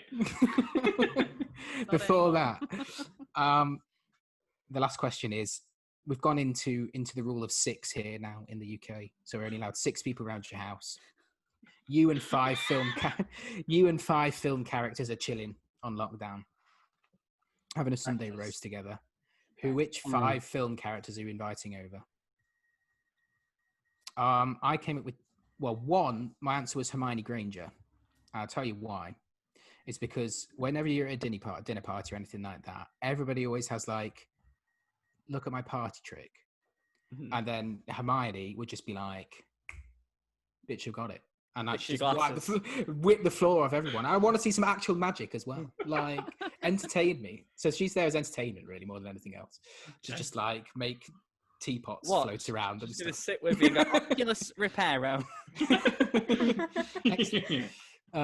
Yeah, so I thought some kind of magician. I was like, well, I don't want like Christian Bale from Prestige. That'd be a bit intense. And then I was working my way through the Harry Potter franchise, and I was like, well, Harry and Ron are a bit drippy, aren't they? And so Hermione of the big 3, Hermione was the only one left. So I'm having a wizard at my party, just for absolute, and I'll just have the most fun ever. See actual magic. She's got a pet cat as well, hasn't she? Bring that round. Crookshanks. Yeah. So that's one of my answers. I haven't got to the bottom of any others yet, but a wizard or witch, and the answer was Hermione Granger, because Ron and Harry are a bit drippy. I went on a similar path actually in terms of thinking about like I thought about this too much. Look, I spent a solid 30 minutes thinking about this earlier. I forgot my other one. Sorry, Remy the rat to cook us food. Okay, fair. Yes, good one. Remy the rat's he's over there on the cooker. There's my 2. I was thinking about who like could contribute, like who would be able to kind of like provide entertainment and also just be kind of like the wildest mixture of people ever. So I did have Hermione Granger as well. Yeah, represent. In a similar on a similar line, also Mary Poppins, but the Julie Andrews version. And then a little bit left field, but Johnny from The Room, which is Tommy Wiseau's character. Johnny from The Shining. No. On brand. Quint from Jaws. I just think he would be very entertaining. And Dr. Ian Malcolm from Jurassic Park for some reason. Once he had a few drinks in him, he'd be in the corner explaining chaos theory to everyone. Right, exactly. Him and Quint together is like all of my dreams. That's very good. That's an eclectic mix. I went for one of my favorite characters ever is Mary from About Time. I love my life, Mary from About Time. I then followed up with Claire Abshire from Time Traveler's Wife. Regina George from Mean Girls. I'm seeing a trend here. I'm seeing a trend. Annie Davis from Game Night. and Ali Hamilton from The Notebook. It's just Rich McAdams. I would just bring Rich McAdams dinner, and that's it. Having a house party with 5 Rachel McAdams. Yes. I need the gif of Reach just going, it's just Rachel McAdams.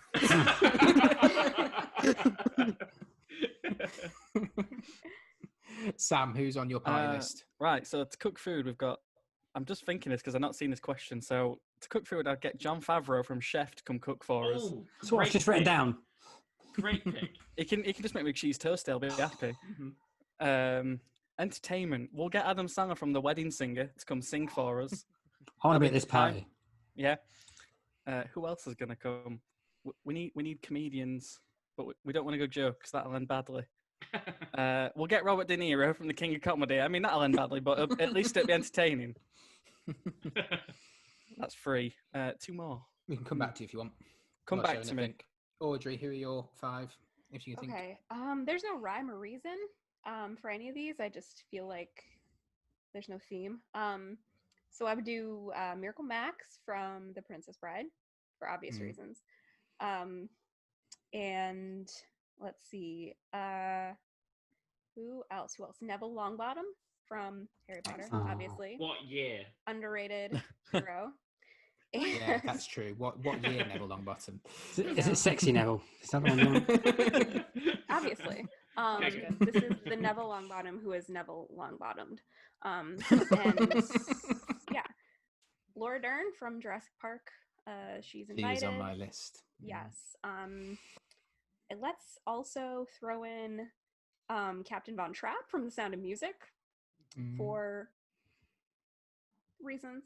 And just to throw a wrench in everything, like, Kylo Ren can come. It's fine.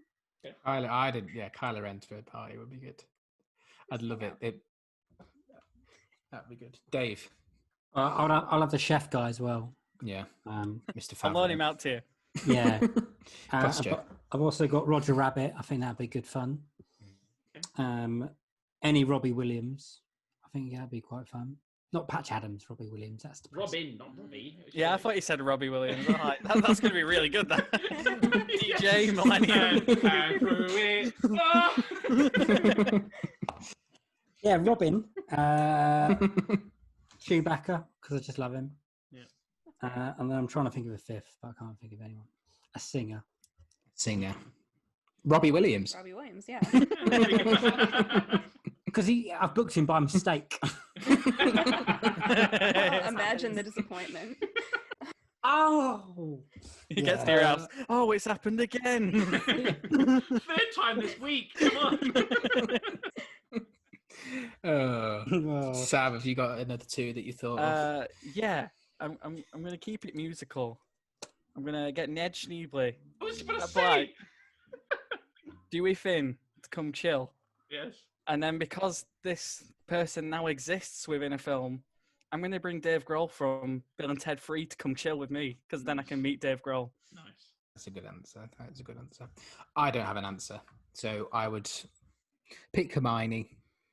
I pick Remy the Rat. It could be one of those dinner parties where you're like, oh man, I invited other people, but it looks like it's just you and me, and the rat is cooking. Yeah, we'll take it. Me, Hermione, and Remy the Rat. That'll do. Dream. 14-year-old me is very excited right now. So Cameron Diaz from The Mask, if we're going that way. Then. Okay. Oh, cool. Me and Hermione. Excellent. Right. So that's a nice segue to the round that we are going to call, was called Snog, Marry, Avoid when you were a child. It is now called Fuck, Marry, Kill. Can I go on the record and say that it was never called Snog, Marry, Avoid? I grew up in by people. Is this a sequel to Live, Die, Repeat? Well, it's funny you should say that, Sam, because... I know where this is going. Because my first question is action heroines. So you have a choice of Emily Blunt from The Edge of Tomorrow or Live, Die, Repeat. Mm-hmm. You have Lara Croft. Pick your iteration, either Alicia or PS2, Angelina, or the PS2 with the cones, yeah. Or it's Furiosa from Mad Max. Oh, so pick. So my answer, if you can all do, you'll all do your own answer. Oh, do your own question and then give your reasoning, and then we'll pass it around. So my reasoning would be, I'm marrying Lara Croft because she's wealthy. I could live a great lifestyle married to Lara Croft. And I'm picking the Alicia Vikander iteration because I think Alicia Vikander's a very pretty lady. Very gentleman of you. She's a very pretty lady. Very pretty lady. Between that, so who does leave me left? That leaves me Emily Blunt in. I should know her name really if I'm going to either Rita. Rita, yeah, that's right. Or Furiosa. It's not a very PG answer, but I think we're past that point now. I would kill Furiosa, and I would I'd do the dirty with Rita because you can do it again and again and again. No. Oh my god. There we go. It's brainwaves. That's clever. That's galaxy brain thinking. I'll pass it round. No. Okay.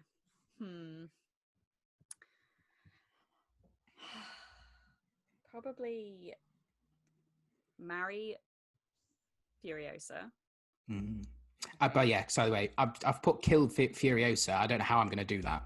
She'd have you on toast. Got questions about how that would happen. Yeah. No, she seems like she takes care of like the girls and everything. She seems like she'd be, she'd look out for you and stuff. So marry. I think do the deed with Emily in Rita, sorry, in Edge of Tomorrow. Not for the same reasons, but you but just process of elimination. And what am I left with? Oh, kill Lara Croft. I've got no strong feelings towards Lara Croft, so Fair. I'll kill all versions. I don't mind. All in any. Yeah, sure. Sorry, Audrey, you go. Okay, I've given it some thought. I would marry Furiosa because I do think she would be a good provider. I would. Am I allowed to drop F-bombs on this pod, or are we trying to? Okay, so I already have. I would fuck Lara Croft, and I think it would be Angelina Jolie because she seems like she knows what she's doing. And then just by process of elimination, Emily Blunt, sorry, you're dead. Again and again and again. Yeah, she'd come back. You have to keep killing her. That's maybe like I can kill her once and be like, okay, my contract is void, I'm done, and then she would just get to keep living her life. So I think that's fair. That's probably the nicest outcome for everyone. She could go on a merry way. Only be killed. Reese. It's difficult. I think I would probably marry Rita from Edge of Tomorrow. I just think she's lovely. I'm going to put it on the record. It's the hottest gif out there. Oh, when she gets up off the floor, yeah, 10 out of 10. 10 out of 10.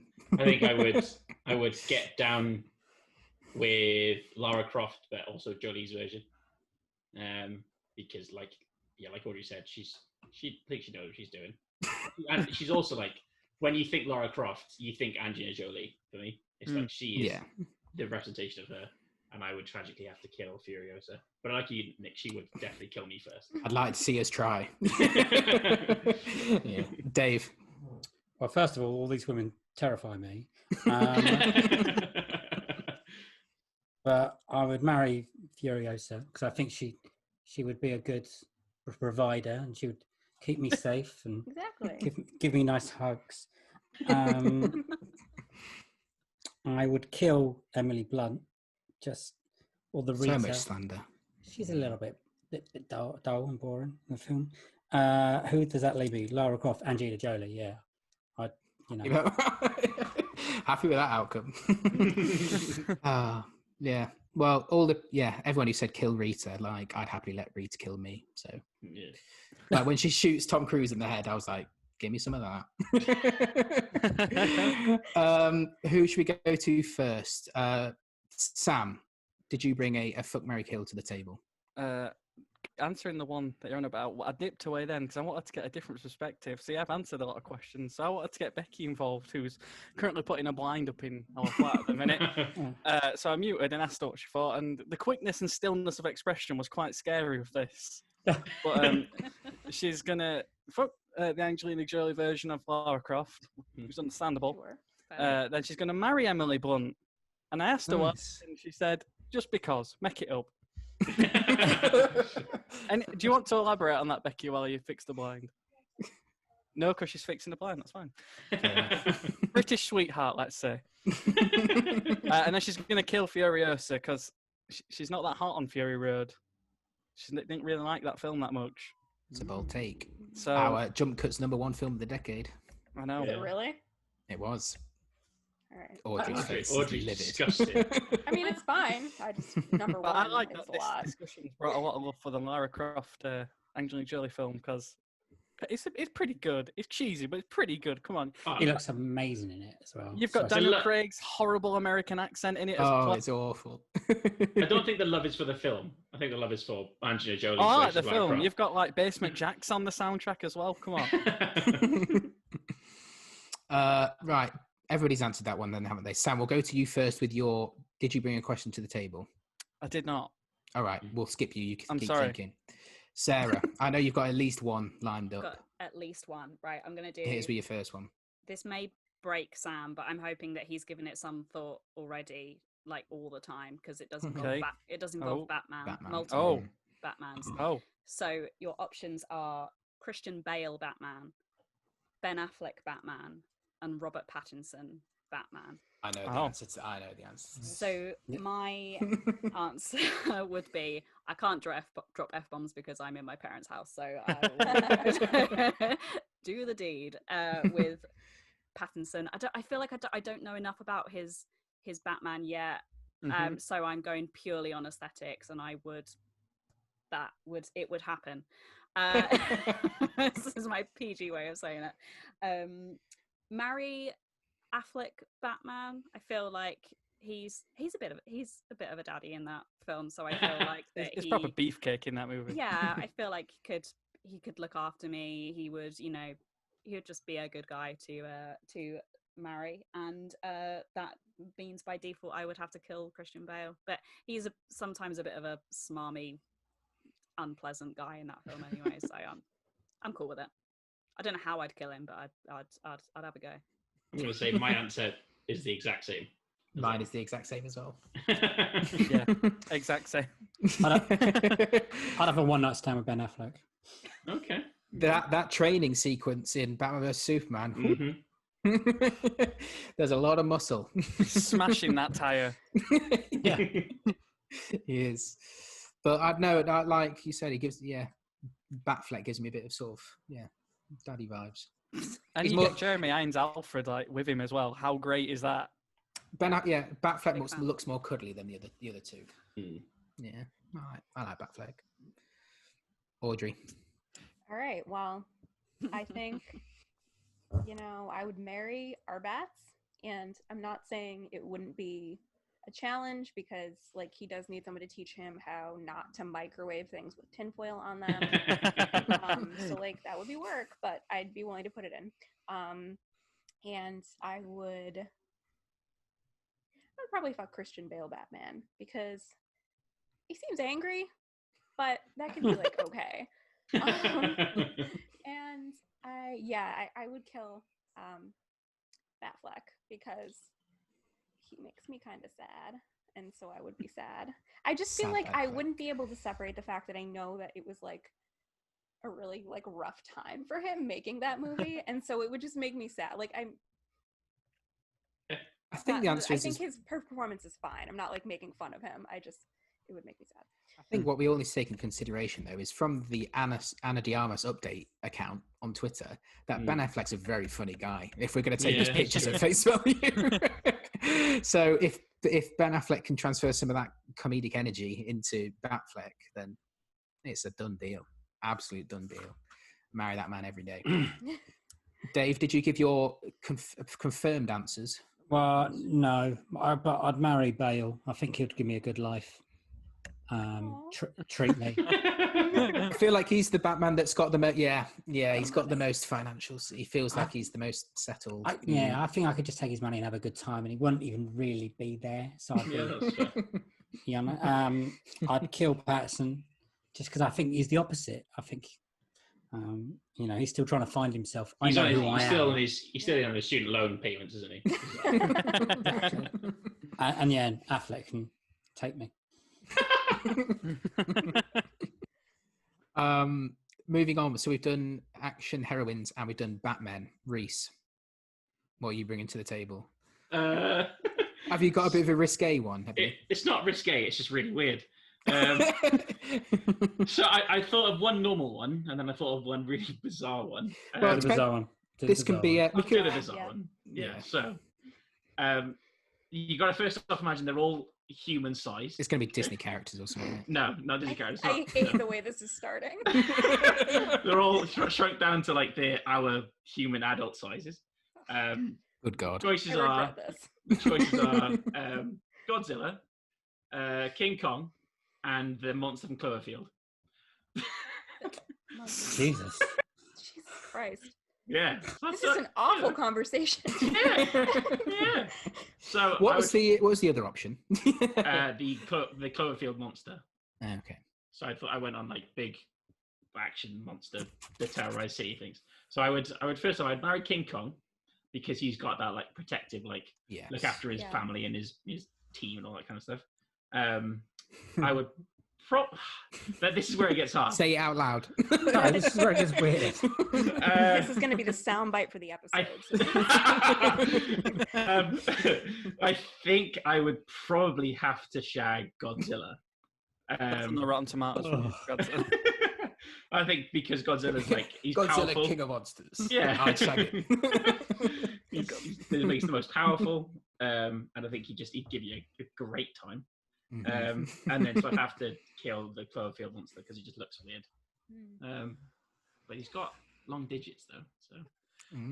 Yeah, but King Kong's got really big hands. Yeah, true. That's true. That's true. Yeah.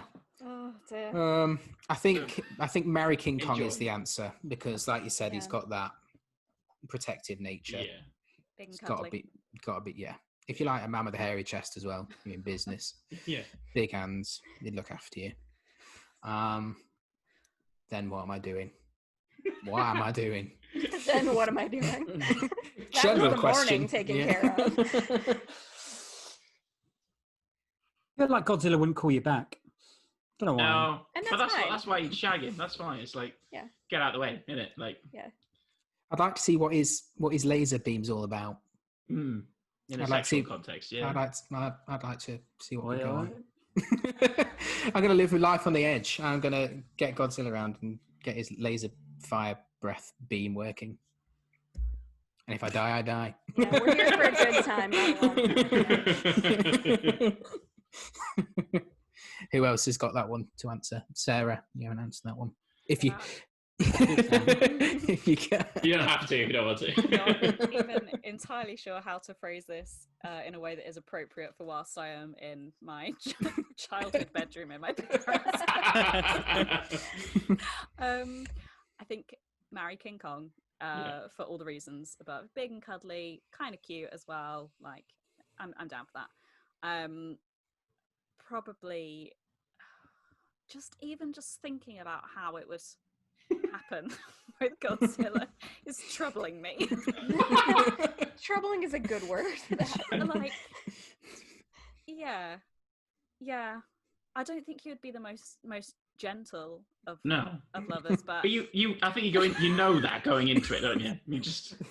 You're accepting that it's not going to be the most like romantic of like I said, if you die, you die. Yeah, it's that kind of like, will it be great? Will I die? This is kind of exciting. Exactly. Yeah, okay. Yeah, I think that then. And kill the Cloverfield monster, I guess. I can't remember what he looks like. He looks horrible and weird. Yeah, he's out.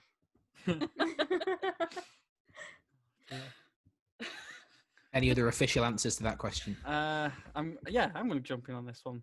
So I forgot you had to go, Sam. It's kind of a dedication to my friend Jack because I'm gonna explain an in-joke to you now. We've got this really weird in-joke where he was on the phone to me drunk once, and we like to pitch stupid films to each other. So we pitched Denis Villeneuve's Godzilla, where Godzilla goes and works at Stratton Oakmont, but he's got like a human-sized suit on. And then we built like an entire lore for this film. Like, so are you imagining dapper Godzilla, like suited and booted, working with Leonardo DiCaprio, and to travel in this universe for some reason they've built a motorway that's the size of Godzilla for him to drive a car on, and that's how he gets to work. So we thought out this entire like franchise. So we're going to marry Godzilla because he's going to provide the bacon while he's working in driving up and down the motorway. Driving up and down the motorway in what his. Does he drive? I don't know, like a Saab or something like that. You know, something respectable. Fair enough. And then he's a Renault Megane man all the way. You just know it. And then we're going to do it with King Kong because like we'll be on Skull Island. The views will be nice. We'll get to meet John C. Reilly if it's that version of King Kong as well. Mm-hmm. That'll be fun. Mm-hmm. And we'll kill Cloverfield Monster because like it needs to be done. Yeah.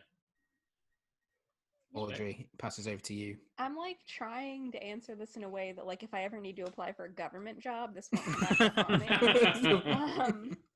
Yeah, no, I mean I think I agree with Reese on all points. I think, you know, King Kong is the one you marry, the respectable one you bring home, you know.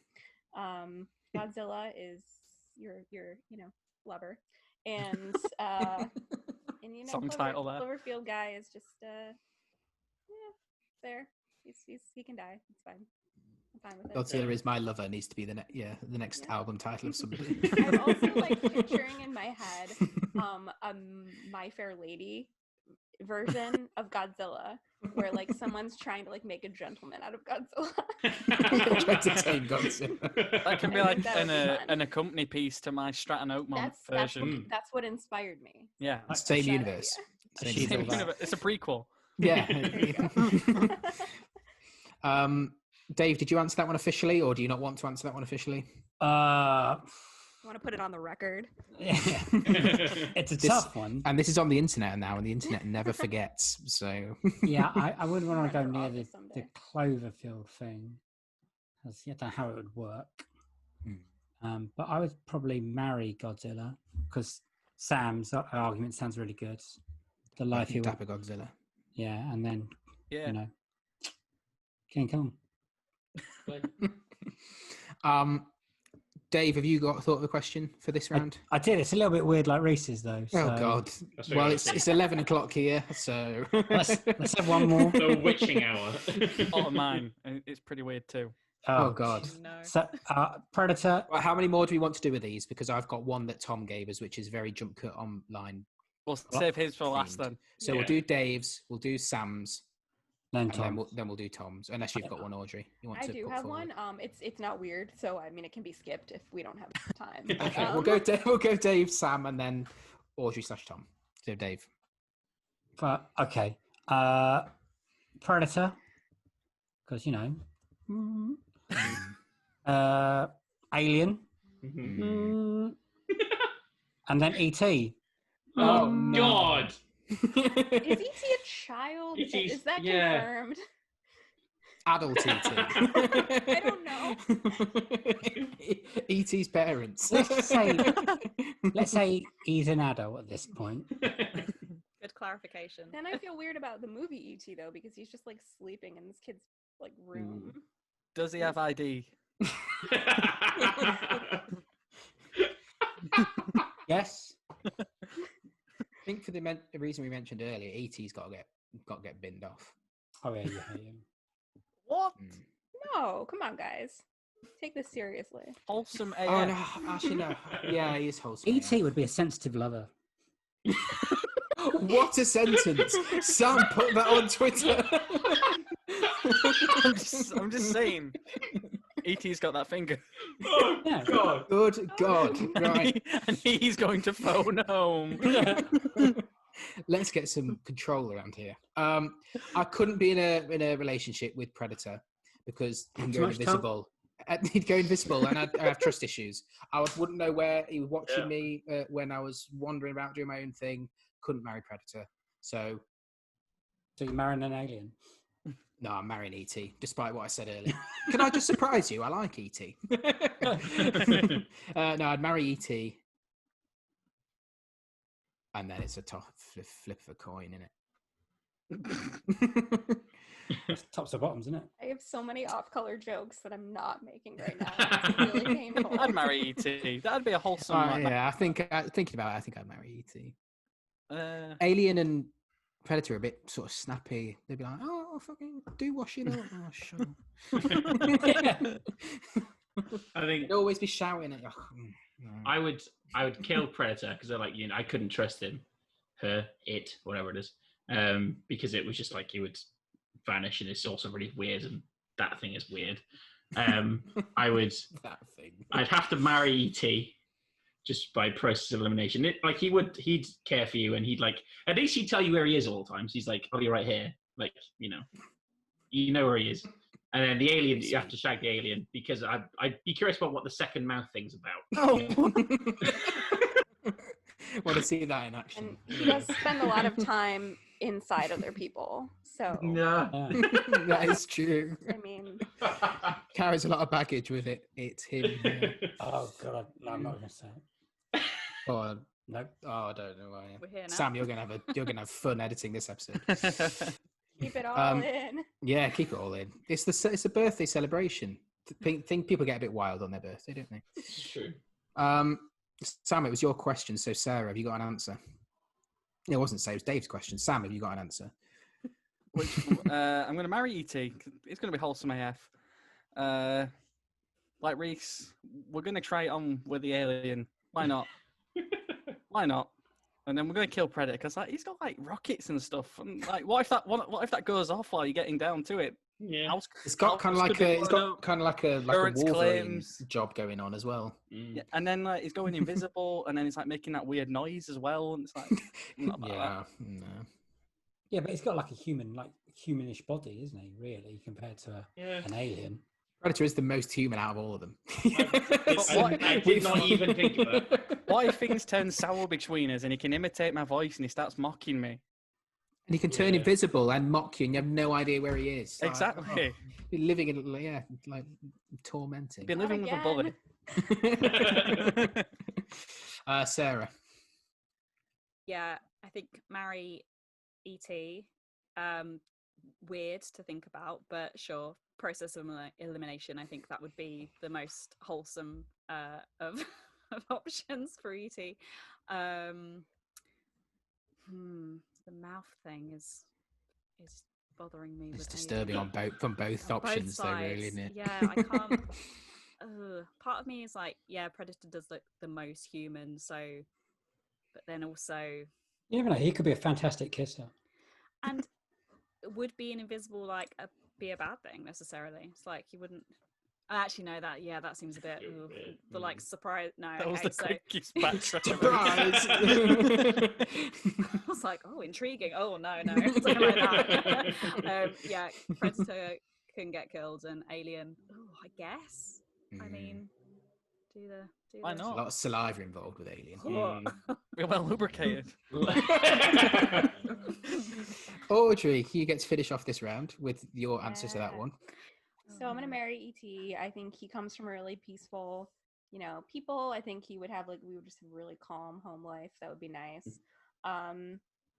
Yeah, I think Predator can be on the side.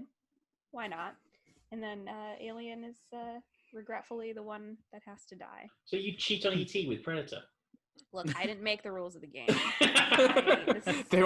We've established there are no rules to this game. In case this wasn't clear, this is a hypothetical. So. This is real life. Right. Sam, we'll come to you for your one, which you said was weird as well, didn't you? It is. Good God. Again, I thought of it off the cuff based off of a film I watched last night, so I'm going to bring you the Ben Stiller edition of this. Oh, at least it's progress. It's human. Yeah. So your choices are: you've got Derek Zoolander, White Goodman, or Greg Fokker. Oh, okay. Those are your choices. Now, I'm going to marry Greg Fokker because he's a wholesome guy. He's a nurse. He can look after me. He's definitely bringing in the bacon. you get to meet Robert De Niro. It'll be intimidating, but you'll get to meet him. And then we're going to try it with Derek Zoolander because he'll take me for a Starbucks after as well. That'd be quite fun. And then we're going to kill White Goodman just because you can.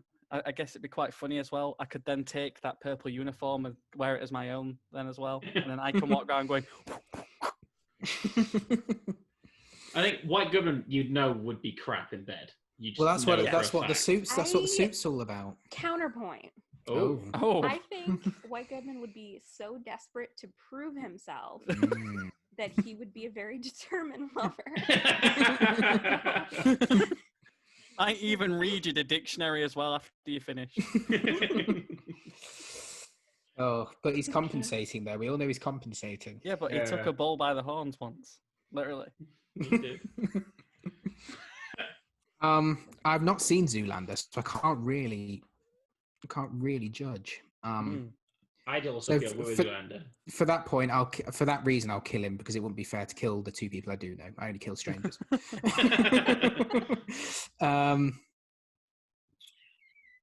You've got to marry the fuckers, haven't you? No. And yeah. And I'll buy into your logic, Audrey. I'll buy into it. I'll buy into that. Yeah.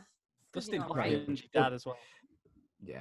I'll buy into it that he'll be determined to prove himself. Yeah. Yeah, I'll buy into that logic. I have thoughts. Yeah. Go on then. Thoughts. So I think you marry Derek Zoolander because he is a model bringing in money. Mm-hmm. He also seems just kind of like dumb, and he would just be like, he just seems dumb and nice, which I feel like is fine. And you get with White Goodman because he's gonna like really, really try to do his best. Ready for the hurricane, Audrey? And then you kill Greg Fokker because he's just a piece of white bread brought to life. So that's fair. Sarah? Marry Greg Fokker for same reasons everyone else. I'm with you guys on the White Goodman. I think that by process of elimination as well, I wouldn't want to do the deed with Zoolander. So that's one of the reasons. But also, yeah, the mustache, like I can get on board with it. And would kill Zoolander because he just seems very vapid and empty. And if you were picking him as the one that you wanted to, have a filthy night of passion with, he's just going to be focused on himself. He's not going to be thinking about you. That's true. You want to be considered, and When White Goodman comes round to like visit you and Audrey, is he wearing his uniform or is he wearing that white like suit thing made out of leather? His date suit. It's the singlet of like 100%. Oh, okay. I'm kidding, not really. Dave, your answers to that one? Well, yeah, I would have said kill White Goodman at the beginning of this conversation, but all your arguments are so good. I've kind of changed my mind. Welcome. Yeah. I don't know. Greg, I just think would be really boring. Yeah, right? Oh, poor Greg. To kill him. I'll marry Derek because I think he would love you for you. There's just more to life than being really, really ridiculously good looking. Exactly. He has values, And yeah, White Goodman, why not? I think it would be an adventurous fling on the side. Yeah, once in a while will be fine, but not all the time. Right. We have been going for 2 hours, Audrey, so we can do your round if we do a whistle-stop tour of your question, and then we'll go on to the finale, which is a jump cut themed of this round. Okay, mine is super fast. Nobody, like, you've all thought about it before. So it's Marauders themed. So you have James Potter, Remus Lupin, Sirius Black. Fuck, Mary Kill. I'd kill James Potter. He's annoying. Absolutely, agree. Yeah, wet lettuce. So I think we're all marrying Remus Lupin, killing 100%. James No, Potter. we're marrying. And then getting busy with Sirius Black. Sirius Black is he'd be the most like adventurous in bed. We're marrying Sirius Black because I want that full time. You make a valid point. Like he just such a good husband, you know. Well, Lupin, you get the dog and the man. If you're into that kind of thing. 2 for 1. How do you respond to that? So if you're into that kind of thing, is bestiality, if I'm understanding correctly, right? Yeah. You get that deal with both Lupin and Sirius, well, Lupin's a bit more extreme. He's a werewolf. Forgot about that. Yeah, Sirius has the choice. And Potter, James Potter. They're all animaguses. What's Potter? Stag, isn't he? Deer. You know, What? Harry's betrothed. It's a bit more regal, Bambi. isn't it? Boring, isn't it? like Bambi. Boring stag. No, yeah, kill Potter. Okay. Marry Lupin. He's really nice, Lupin. Like, look at Tonk. She was really happy. Yeah. Don't mention it, man.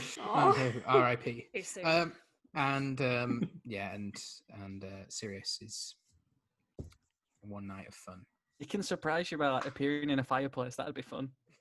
he's not really, Surprise! he's just not reliable to have be your full. No, he's all Yeah. over the place. Yeah, and Maybe I can fix him. I don't think that, Are Sam. you thinking of Sirius as a do-upper? Taking him in under your wing. Nice house, though, isn't it? Yeah. Yeah. In Good old London, place. like central London. That's Yeah. Right. Yeah.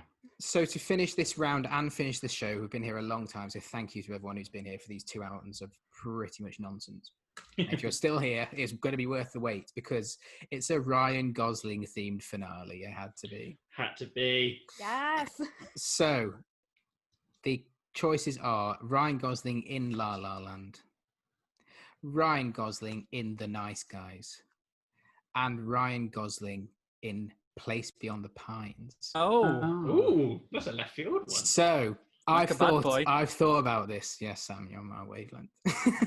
I've thought about this, and anyone who says they're not marrying Seb from La La Land is lying to themselves. We saw the flash forward. We saw it. It was beautiful. Him and Emma Stone were together forever. Like, it looks like absolute bliss. Then it comes down to whether it's Place Beyond the Pines, Ryan, or Nice Guys, Ryan. And it boils down to the question, are you here for a nice time or here for a good time? Like, Nice Guys, Ryan, you'd have fun, but it would be a bit chaotic. I'm not sure things would go where they're supposed to go. I'm not sure. Couldn't guarantee you'd have a good time. But with Place Beyond the Pines, Ryan, for the same reasons we said Angelina Jolie earlier, I reckon he knows what he's doing. And that is my answer. I would kill Nice Guys, Ryan. I'd have a very lovely and probably disgustingly horrible time with Place Beyond the Pines, Ryan. He's pretty grim. And I'd marry Seb, my boy. Yeah. I'm thinking about this way too much. I've thought about this before I even knew this was one of the rounds. It's just what I think about on a daily basis. I absolutely would marry La La Land, Ryan, because you just would, wouldn't you? I mean, We've seen it. It's there. We've seen it on film. Yeah, you sit there, you'd listen to some jazz. He'd play your song. I'm out. And it would No. just be a He'd beautiful explain time. the jazz. I'm with you, like, Dave. over the jazz music. I wouldn't kill him. I'm fine but with it. I wouldn't marry him. I haven't even seen the Wayward Pines one, but you just mentioned jazz and he's out. Kill No, him. he stays, and we would have a long and beautiful, happy life together. But would you? was- He'll fuck yeah. it up.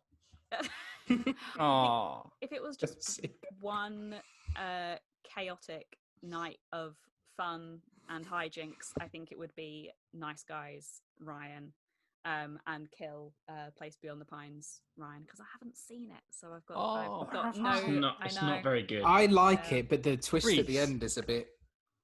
It's really boring, man. So he can get all right, Reese. It's just shit, Joe. Put it on the poster. I Audrey. agree with Sarah. I think you have to marry La La Land, Ryan. I think he is delightful. And I think the Nice Guys, Ryan, would like want to show you a good time. Like, even if it wasn't, you know, like, and I like the idea of like sense of humor. Like, things don't always have to be like super intense. It could just be like a nice, fun night. And then, yeah, Place Beyond the Pines, Ryan, sorry, unfortunately. Not even the little tear tattoo or whatever it is on his cheek. He's you're gonna kill him. Not as into face tattoos. He's like the first Post Malone. Yeah, Ryan did it first. He's pre-Malone. Yeah. You got to marry a La La Land one. You've got to marry Seb. You've Not got only, to. He can cook. He'll teach you how to dress well. He'll teach you how to play piano. Yeah, he can teach me how to play piano. We can start a band together. Go on lovely walks on the promenade. Yeah, he's got a cool car as well. Can I just? We can go ballet dancing in the air. If Crazy Stupid Love was included in this. Oh yeah. No contest. Yeah. Oh, hi Ryan. I did say this to Tom, but he was like, I couldn't make it too easy. Yeah, that's fair. And then Crazy Stupid Love, Ryan he'd get it. Nice Guys Ryan has like a broken arm. He's not going to be like good enough to go the full length, and that's why we've got to bring in Place Beyond the Pines. Ryan, he's bad boy. He'll take me on a ride on his bike as well. Take me into that woodland in your car, on your bike, and we'll have a good time. That'll be the Place Beyond my pines. Oh, Jesus. And then Nice Guys Ryan just got to go. Like, he's not a very good detective. Russell Crowe did most of the work for him. Russell Crowe broke his arm. Useless. You've all forgotten like the best thing about Nice Guys Ryan. So I'll come to that last. So I'm gonna kill off Pines Ryan. I think he scares me, and I think he'd just be a bit dirty and weird. I would shag Seb from La La Land. Oh, I think it seems like the kind of person that he's got a different person all the time. You know, he goes to bars, picks at women. You know, you reckon? Yeah. That's the kind of guy I'm he not is. sure about that. What do you think? You think Emma Stone's just one of? No, she was an exception because he found the one. But I think before that, he was very happy, just kind of. Like, he was a man about around. town. Yeah, he was. So then I'd marry Nice Guys Ryan because look how good of a head daughter he raised. He's a nice guy. He's a nice guy, and he's clearly a very good dad who she raised a very smart girl. And it's like, so if you had kids together, you'd know that the kids would grow up all right. Also, in this universe, if you're killing somebody, you'd get away with it if he was your husband. Oh, exactly. You'd have no idea. If you're thinking logically, it'd be the perfect crime because your detective husband would have absolutely no idea.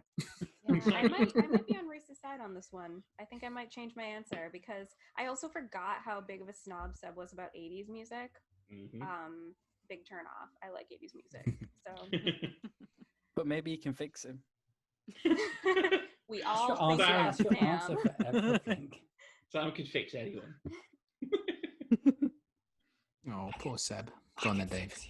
No, I'm just saying it. Sam's he thinks he can fix everyone. I can. He's got a lot of love to give, Sam. A lot of love to share. Yeah, I'll goodwill hunting him. It's not your fault. It's not your fault. just keep repeating it.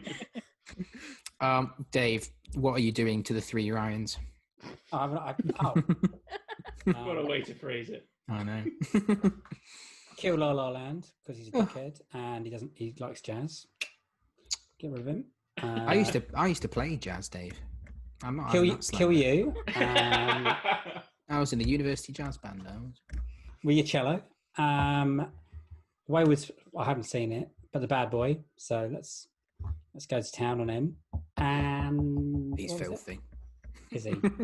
Dirt, mate. But literally, he's dirty. Is it a carnival? He's dirty. Just laid him down on a white sheet. He would get up and there would just be Ryan Gosling outline. And then I'll marry the nice guys one. It's fair. Just, I think we'll get on. Yeah. Yeah. So that has been our birthday celebration, and we apologise now to anybody who happened to be listening to that particularly the last half an hour. Especially Ryan Gosling's agents. If you end up listening to this, we still want Ryan to be the face of our company. Yeah. We still love you, man. We still love you. I will go on record though and say that I'm not sorry.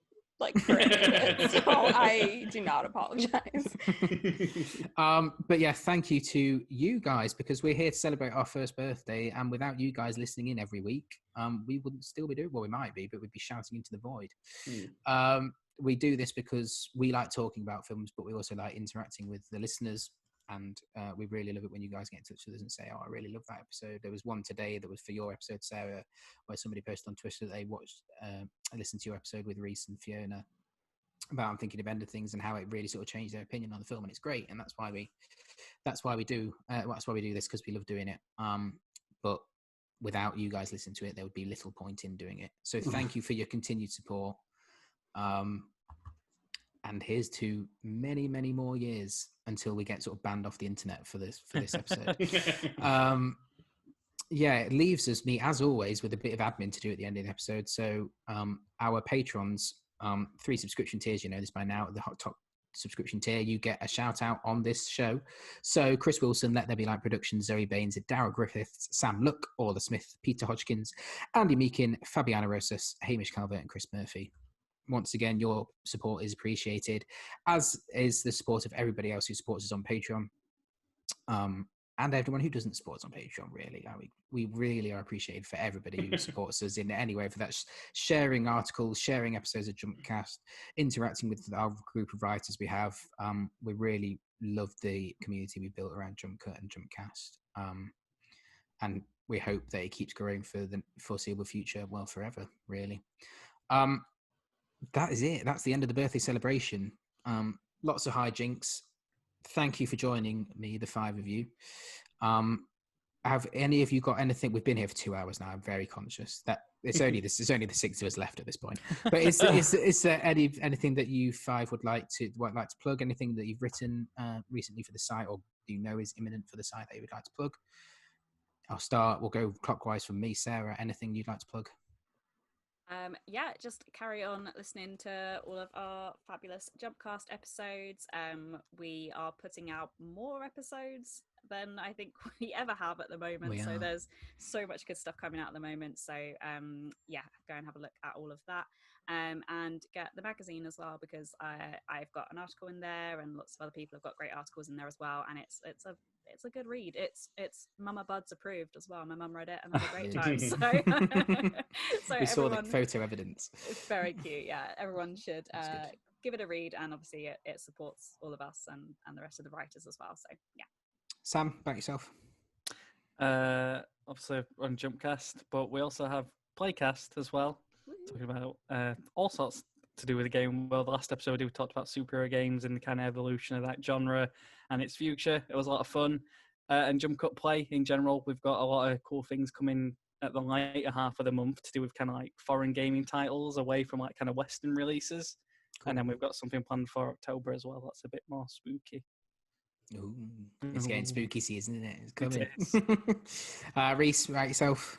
So I think by the time this is out, my interview with the lead sound editor on The Boys will be out.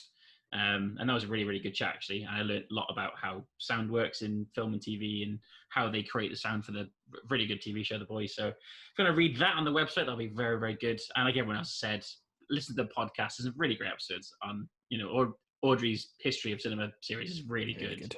Like I've learned more from that than most actual film courses I've done. So it's really good. And yeah, like Sarah said, the magazine's excellent as well. Not because I'm in it. I'm in it at one point. But yeah, it's a really good articles in it. But there's one on A24 that's like just really, really good. So yeah, just thanks for all the support, and hopefully you'll stick around for more in the future. Dave, on to you. Anything you'd like to plug? I've got nothing. You're all great. That's very nicely done. And again, last but not least, Audrey. Anything you'd like to plug? Absolutely. Just keep listening to the podcast. I've been having a lot of fun with doing the movie history podcast, kind of helping people go back to some movies that they maybe missed from the past 100 years.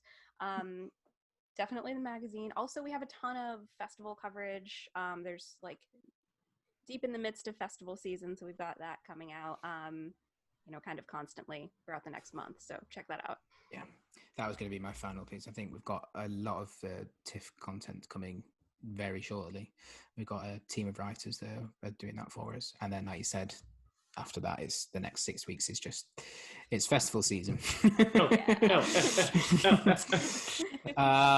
But yeah, so that will be it for today. Thank you for joining us for the birthday celebrations. If you're still here, if you lasted half an hour, thank you for that half an hour. Thank you for everyone who wrote a question for us. I didn't read out every single one we got, but we had enough there to keep us going. And yeah, keep looking out for the next episode. I think after this comes out, Sarah's latest Disney episode will be coming out on Friday. I think this is going out sometime between when we're recording this on Monday and Friday. And then I think Audrey's got an episode coming after that. Is it your 80s episode coming very soon, I think? The 70s one just came out, so I'm hoping there's a little bit of time before the 80s. We'll see. I think, well, we'll see. We'll have a look. But anyway, it's Sarah's Disney episode coming next after this, and then we'll see what the new week brings after that. But again, thank you, everybody. Oh, Nick, right at the end. Oh, no. That's really funny. He's back. I'm here. I didn't go anywhere. Yeah, we haven't been doing a seance tonight yet. I've got an internet connection is unstable warning. So thank you for joining us, and we'll see you next time. Bye. Bye. Bye. Adios.